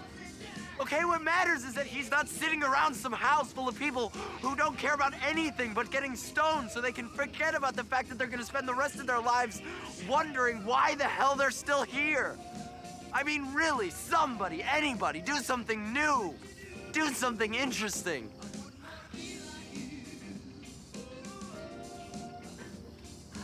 Okay.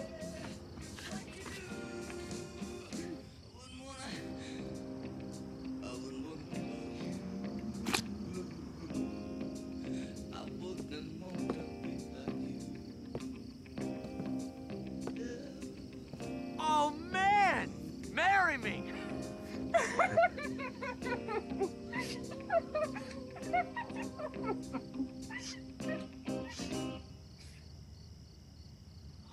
Did you just get engaged?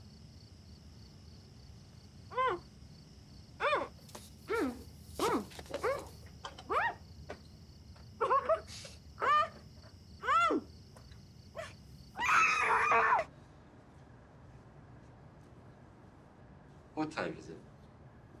9:55. Why do you want everyone to see this movie so bad? I don't know. I guess it's just if everyone sees it and everyone likes it, then I won't be the only sci-fi movie geek in town anymore.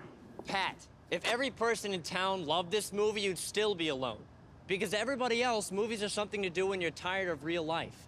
To you, real life is something to do when you're tired of watching movies. But I'm never tired of watching movies. My point exactly. Some people live to work, other people work to live. Yeah, well, I'm gonna do both. Because unlike everybody else around here, I'm gonna love what I do for a living. How do you know? Well, because I've always known. I started making movies when I was 9 years old. Why? Why what? Why'd you start making them when you were 9? Why that age in particular? Because... I don't know. What the hell kind of question is that? You started making movies to keep your family together. What? Like it or not, that's the truth. You are so full of shit. Where do you come up with that crap? Advanced placement psychology. You were my term paper. Come on, Pat. Your parents start talking divorce. You start making movies. Why?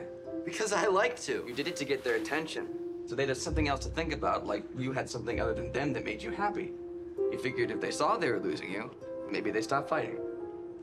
Sorry, Sigmund, but you're wrong on this one, okay? So what happens? Your mom fawns over every frame, thinks every shot is wonderful, and you know it's not true, so you start to distrust her. She's not leveling with you. She's just treating you like her little baby that needs protecting. And your dad, who's drunk half the time anyway, can only see you as his younger self, who wanted to be an artist till his dad threatened to disown him if he didn't go to medical school, right? So here you come with your first little Super 8 Planet of the Apes movie, and what does he do? Okay, Donnie. He shits all over it. Okay, Donnie, enough. Looks like a model. Over here, focus. They invented tripods for a reason, you know. And how about this little gem? You don't look like a Charlton Heston. You look like a 12-year-old with delusions of grandeur. You were a 12-year-old with delusions of grandeur. Donnie, shut up, okay? Just shut up. Fine, as soon as you admit the real reason you want to make movies. Because it cuts through all the stupid high school social caste system bullshit, okay? Okay. It gets past all the stupid goddamn armor everyone wears. Go on. When you're watching a movie, you're sitting with 500 people who wouldn't even sit next to you in lunch, and you're laughing at the same jokes and crying at the same painful moments, and you're jumping at the same scares. There aren't any cliques in the movie theater. There aren't any jocks or geeks or nerds or brains, okay? As long as it's dark and there's something you've never seen before on the screen, it's like your family, where nobody yells or fights or leaves. Oh, shit. You know, years from now, are you gonna pay someone hundreds of dollars to do what I just did for free?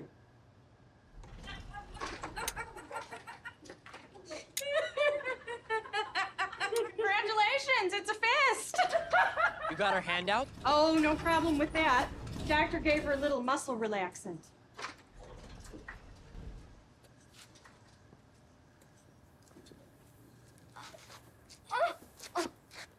Here, may need this for the drool.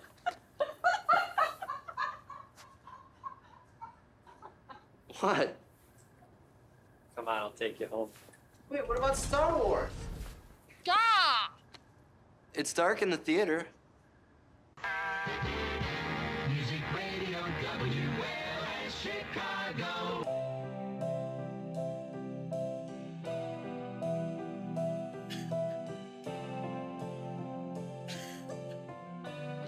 It's me. I told you not to call. I know. I'm sorry. It's just... I realized something tonight. I thought today was going to be the most important day of my life because it would finally give me the strength to go out to LA and start up the life I thought. We both wanted. But when today finally came, it wasn't enough for me to just see Star Wars by myself. I felt I had to take everyone I knew with me. Because I think what I really wanted was for everyone to finally Understand me and approve of me. So that it would change this place enough in my mind and in my heart that I wouldn't have to leave it. Because I don't really want to go. I just want to belong. Okay, Linda-chan. You go to work now. Okay. Drive carefully, Mom.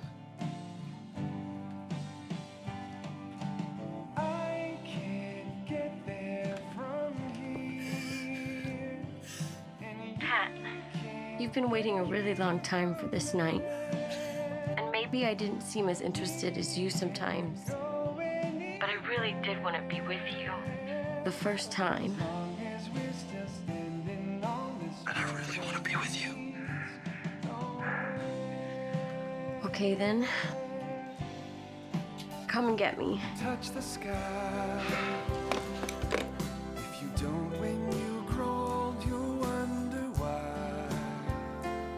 You did just what you were told. No one will cry for you.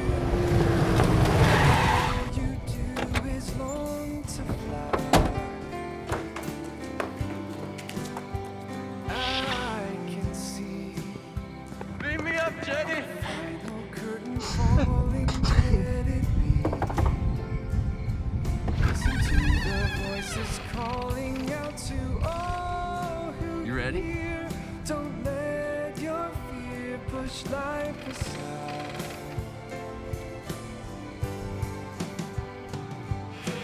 I can't get there from here, and you can't get here from there.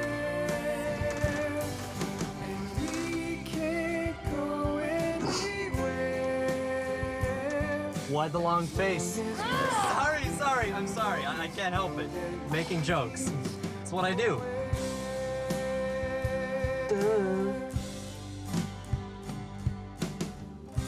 Are you sure about this? Uh-huh. Far beyond all the things we know. Wait. The world of our dreams calling to You want to watch baseball? I want the neighbors to think we're watching baseball. Plus, it'll cover any, noise we might make. Now close your eyes.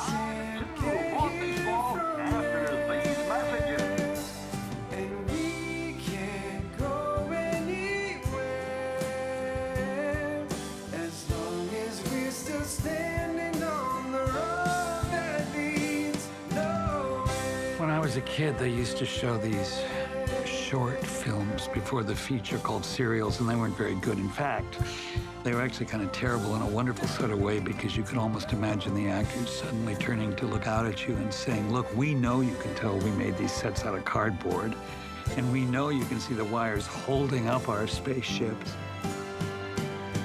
But look how much fun we're having.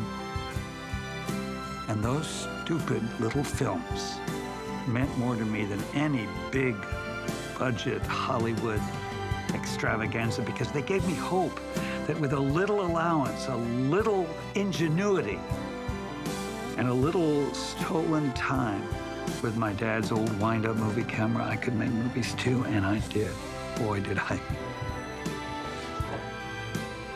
How much do you want to be a director, Patrick? I want it more than anything I've ever wanted in my life. Are you really sure about this? Do you need to be one?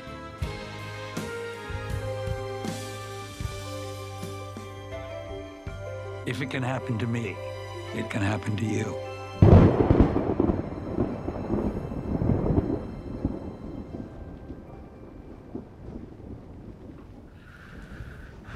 So how was it?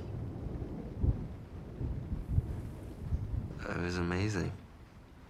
How about for you? I meant Star Wars. Oh. I don't know. Too many things came up. You could go tomorrow. I could maybe get off work. No, I have to work. I gotta start saving up for everything we want. I'll try to see it on my next day off, if it's still playing. Loving it. Now the big guy hitting 342 with 92 RBI.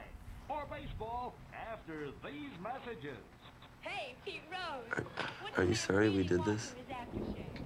No. Did you want to wait to get married before your first time? Man wants to smell like a man. What? What? What did I do?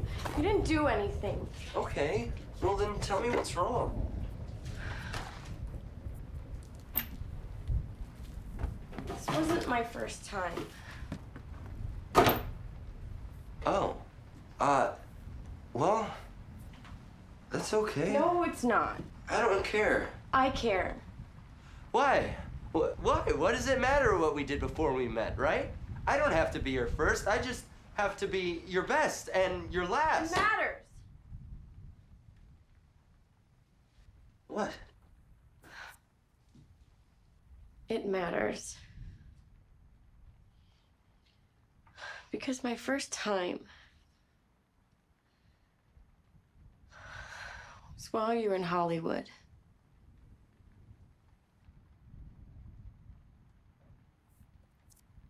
I didn't know if you'd be coming back. You were so excited about going and maybe getting a job.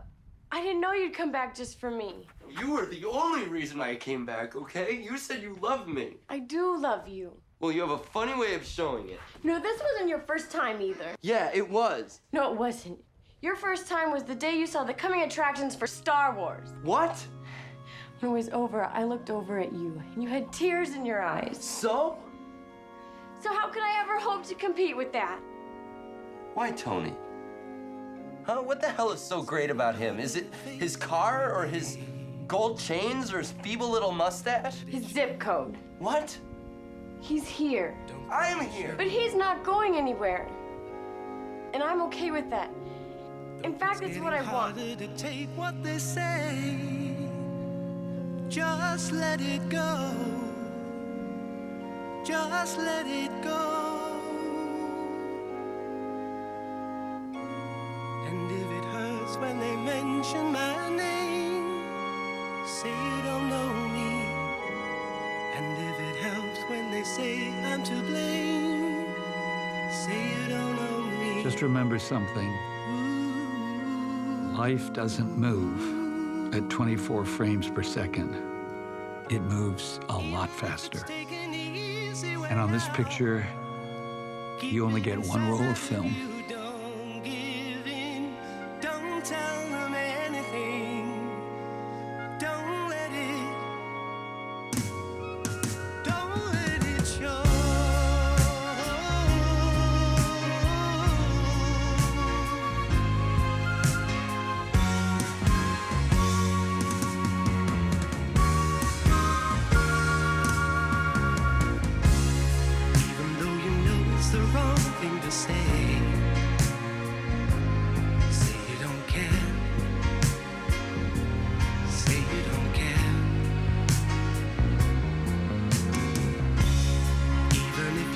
to believe there's a way.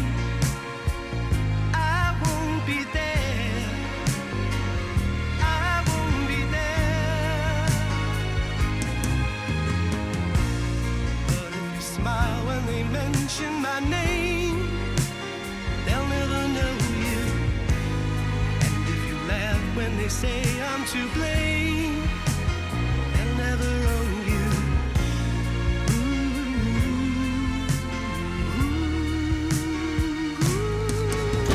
Hey. Even if you feel you've got nothing to hide, Mom wants us to go grocery shopping. inside of you, don't Come on. don't tell them anything. Why are you helping me? Because, numbskull, how can you leave without a car? Don't let it show.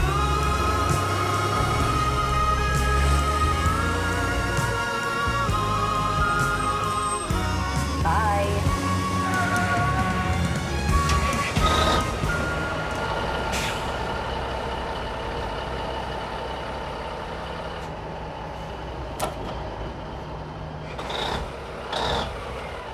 Patrick Reed Johnson! What are you still doing in your backyard?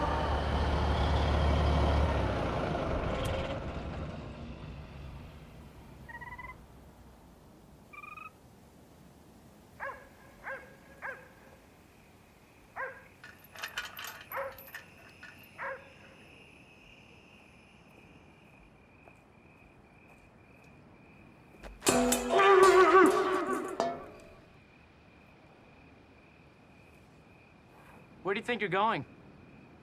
To get my car. Is that so? Yeah, I paid all I'm gonna pay for it. Besides, you don't need to hold it hostage anymore. I'm not gonna stop you. Scrawny piece of shit. You couldn't stop rain from hitting the ground. Yeah, well, I'll tell you what. I'll try to gain weight. You try to gain intelligence. We'll see who wins. Huh. I already know who wins, and it ain't you. And you're going down. Oh!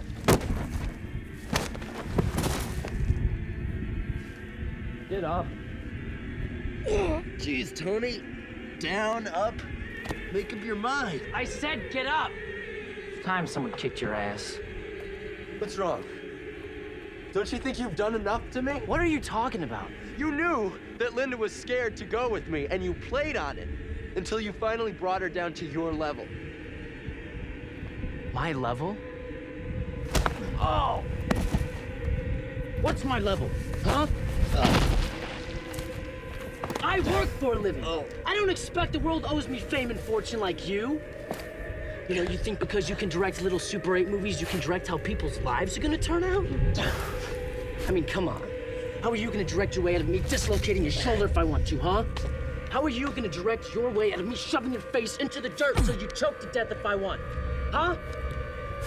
Your brain may think up better fantasies than mine, but it ain't gonna think up nothing if I beat it out of your head with a tire iron, now is it? Is it?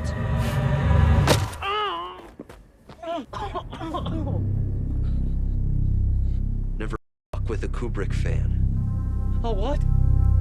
We may be geeks on the outside, but on the inside, we're all killer apes. You fucking is what you are! Oh, no, I'm not nuts. I'm evolved. My ancestors touched the monolith. Your ancestors watched. Jesus, back off, man, please. You mated with my mate. What? You rained on my evolutionary parade. No, wait. You want to compete with me for scarce resources on this dusty African plain? Well, step to the plate. I am Moonwatcher. Hear me roar. No, stop! We didn't really do it, okay? I tried, but she wouldn't go for it. She said she was in love with you. She wanted to be with you, I swear. She waited for you. We never did it.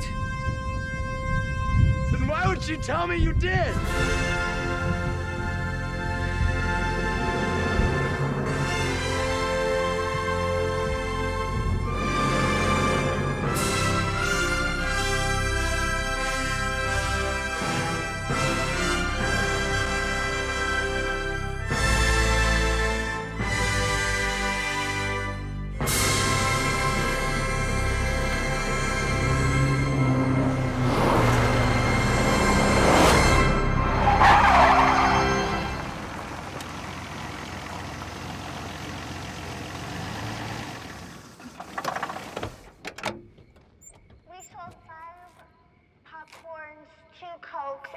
sugar baby.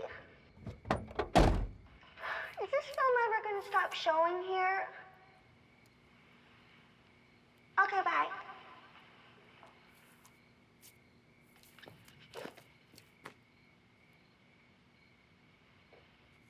What are you doing here?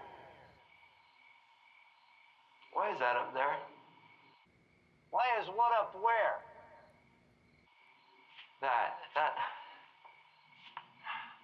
That's not what's playing here. Yes, it is. Todd. Okay. I know you're most likely messing with me right now, and It's funny. It really is. And any other day, I would laugh at it. I would find it. thoroughly amusing. This is the thing. I just want you to tell me that Star Wars is playing here, and then we can just, be friends after that, and Just want you to be honest with me now. Please, buddy. Todd, I love you. come on. Just tell me, what's playing here? Star Wars, right? Star Wars? Star Wars? Yes! Yes! Star Wars! Okay, you know what? Look. Star Wars! Star Wars! Starts today! Today! At theaters everywhere! Theaters everywhere! This isn't everywhere. This is Lake County.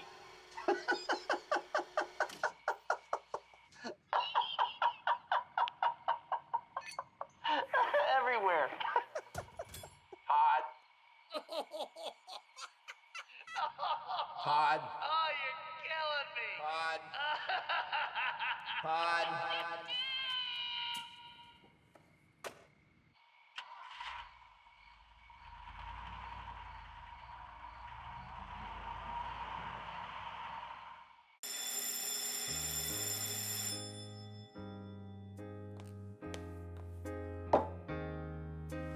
Your Mutloaf, sir.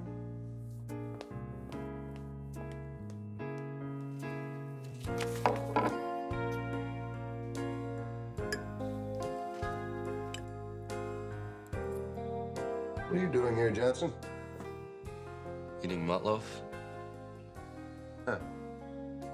Well, it's senior skip day. Why aren't you skipping? More Mutloaf for me.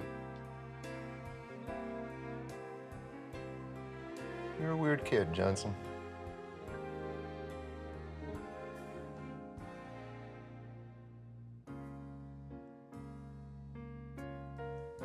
Not weird enough, apparently. Don't underestimate yourself, Patty.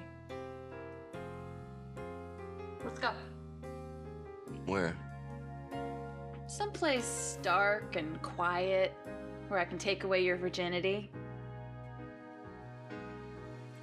Oh, you're too late. I don't think so.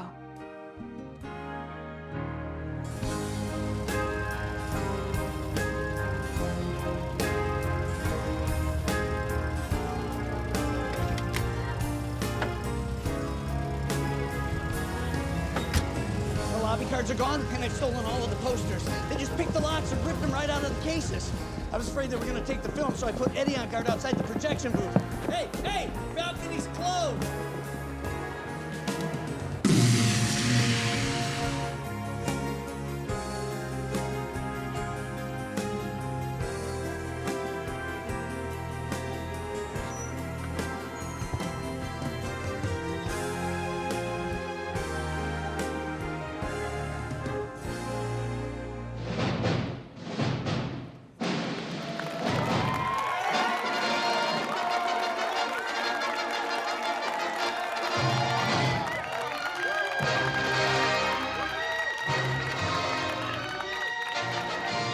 Just don't forget I did this. Never.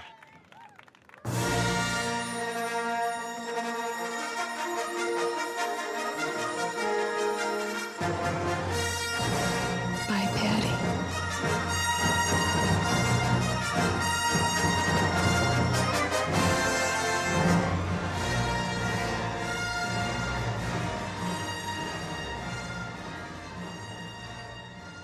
Patrick Reed Johnson!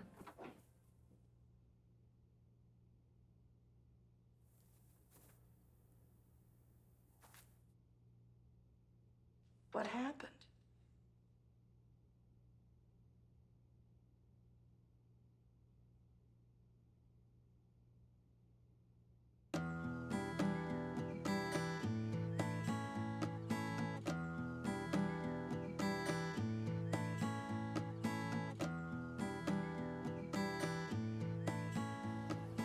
Just remember, if you end up seeing farther than others, it's only because you've stood upon the shoulders of giants. Who are you? See ya. Hey, buddy. Make good movies. And watch out for girls. Oh, I'll try. Have a nice trip. We'll be back in a week. Shut up, Jody. Where the horizon cuts the You don't have to say anything. Yeah, I do. Thank you. Someday I'll touch the blue, blue sky. Go on. Whoa, whoa, Go west, young man. I'll shout if I need you. I'll touch the blue, blue sky. If I could kiss this earth goodbye and cruise the never-ending sky where the horizon cuts the air, wait for me down there. Someday I'll touch the blue, blue sky. Whoa. Someday I'll touch the blue, blue sky.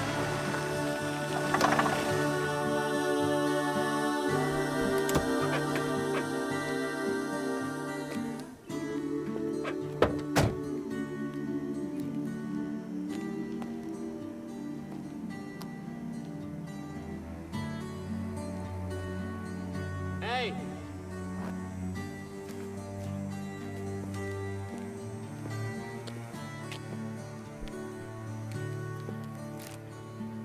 Forgot something.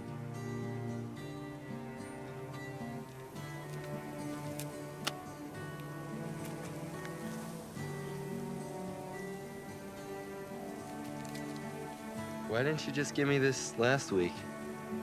Because you didn't really need it last week. Now you do.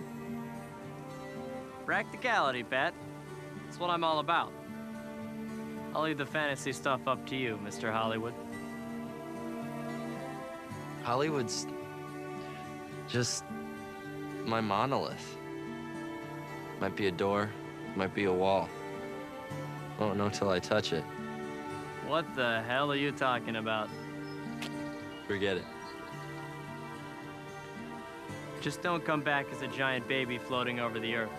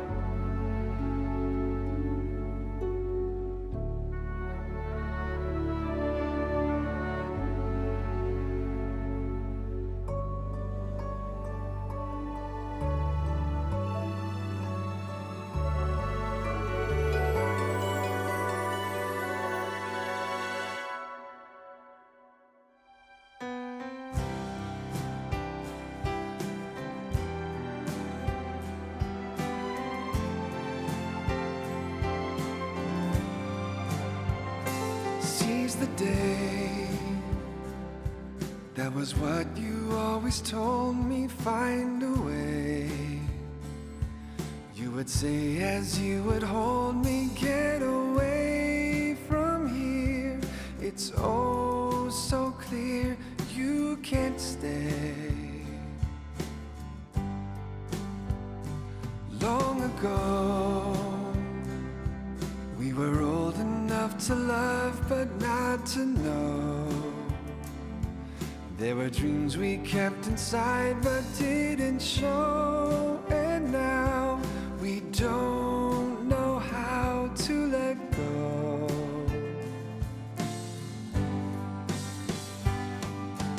I can't get there from here, and you can't get here from there, and we can't go anywhere as long as we're still standing on this road that leads nowhere.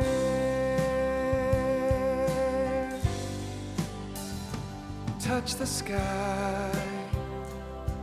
If you don't, when you grow old, you'll wonder why you did just what you were told. No one will cry for you if all you do is long to fly.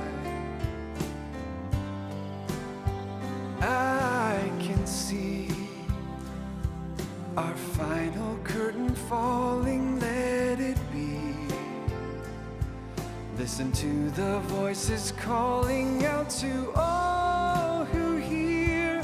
Don't let your fear push life aside.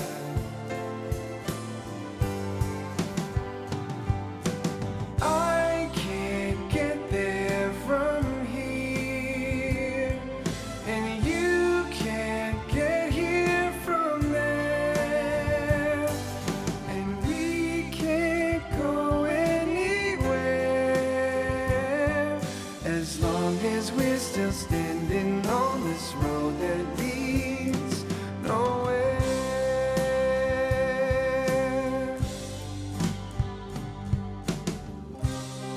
But out there it gleams, far beyond all the things we know.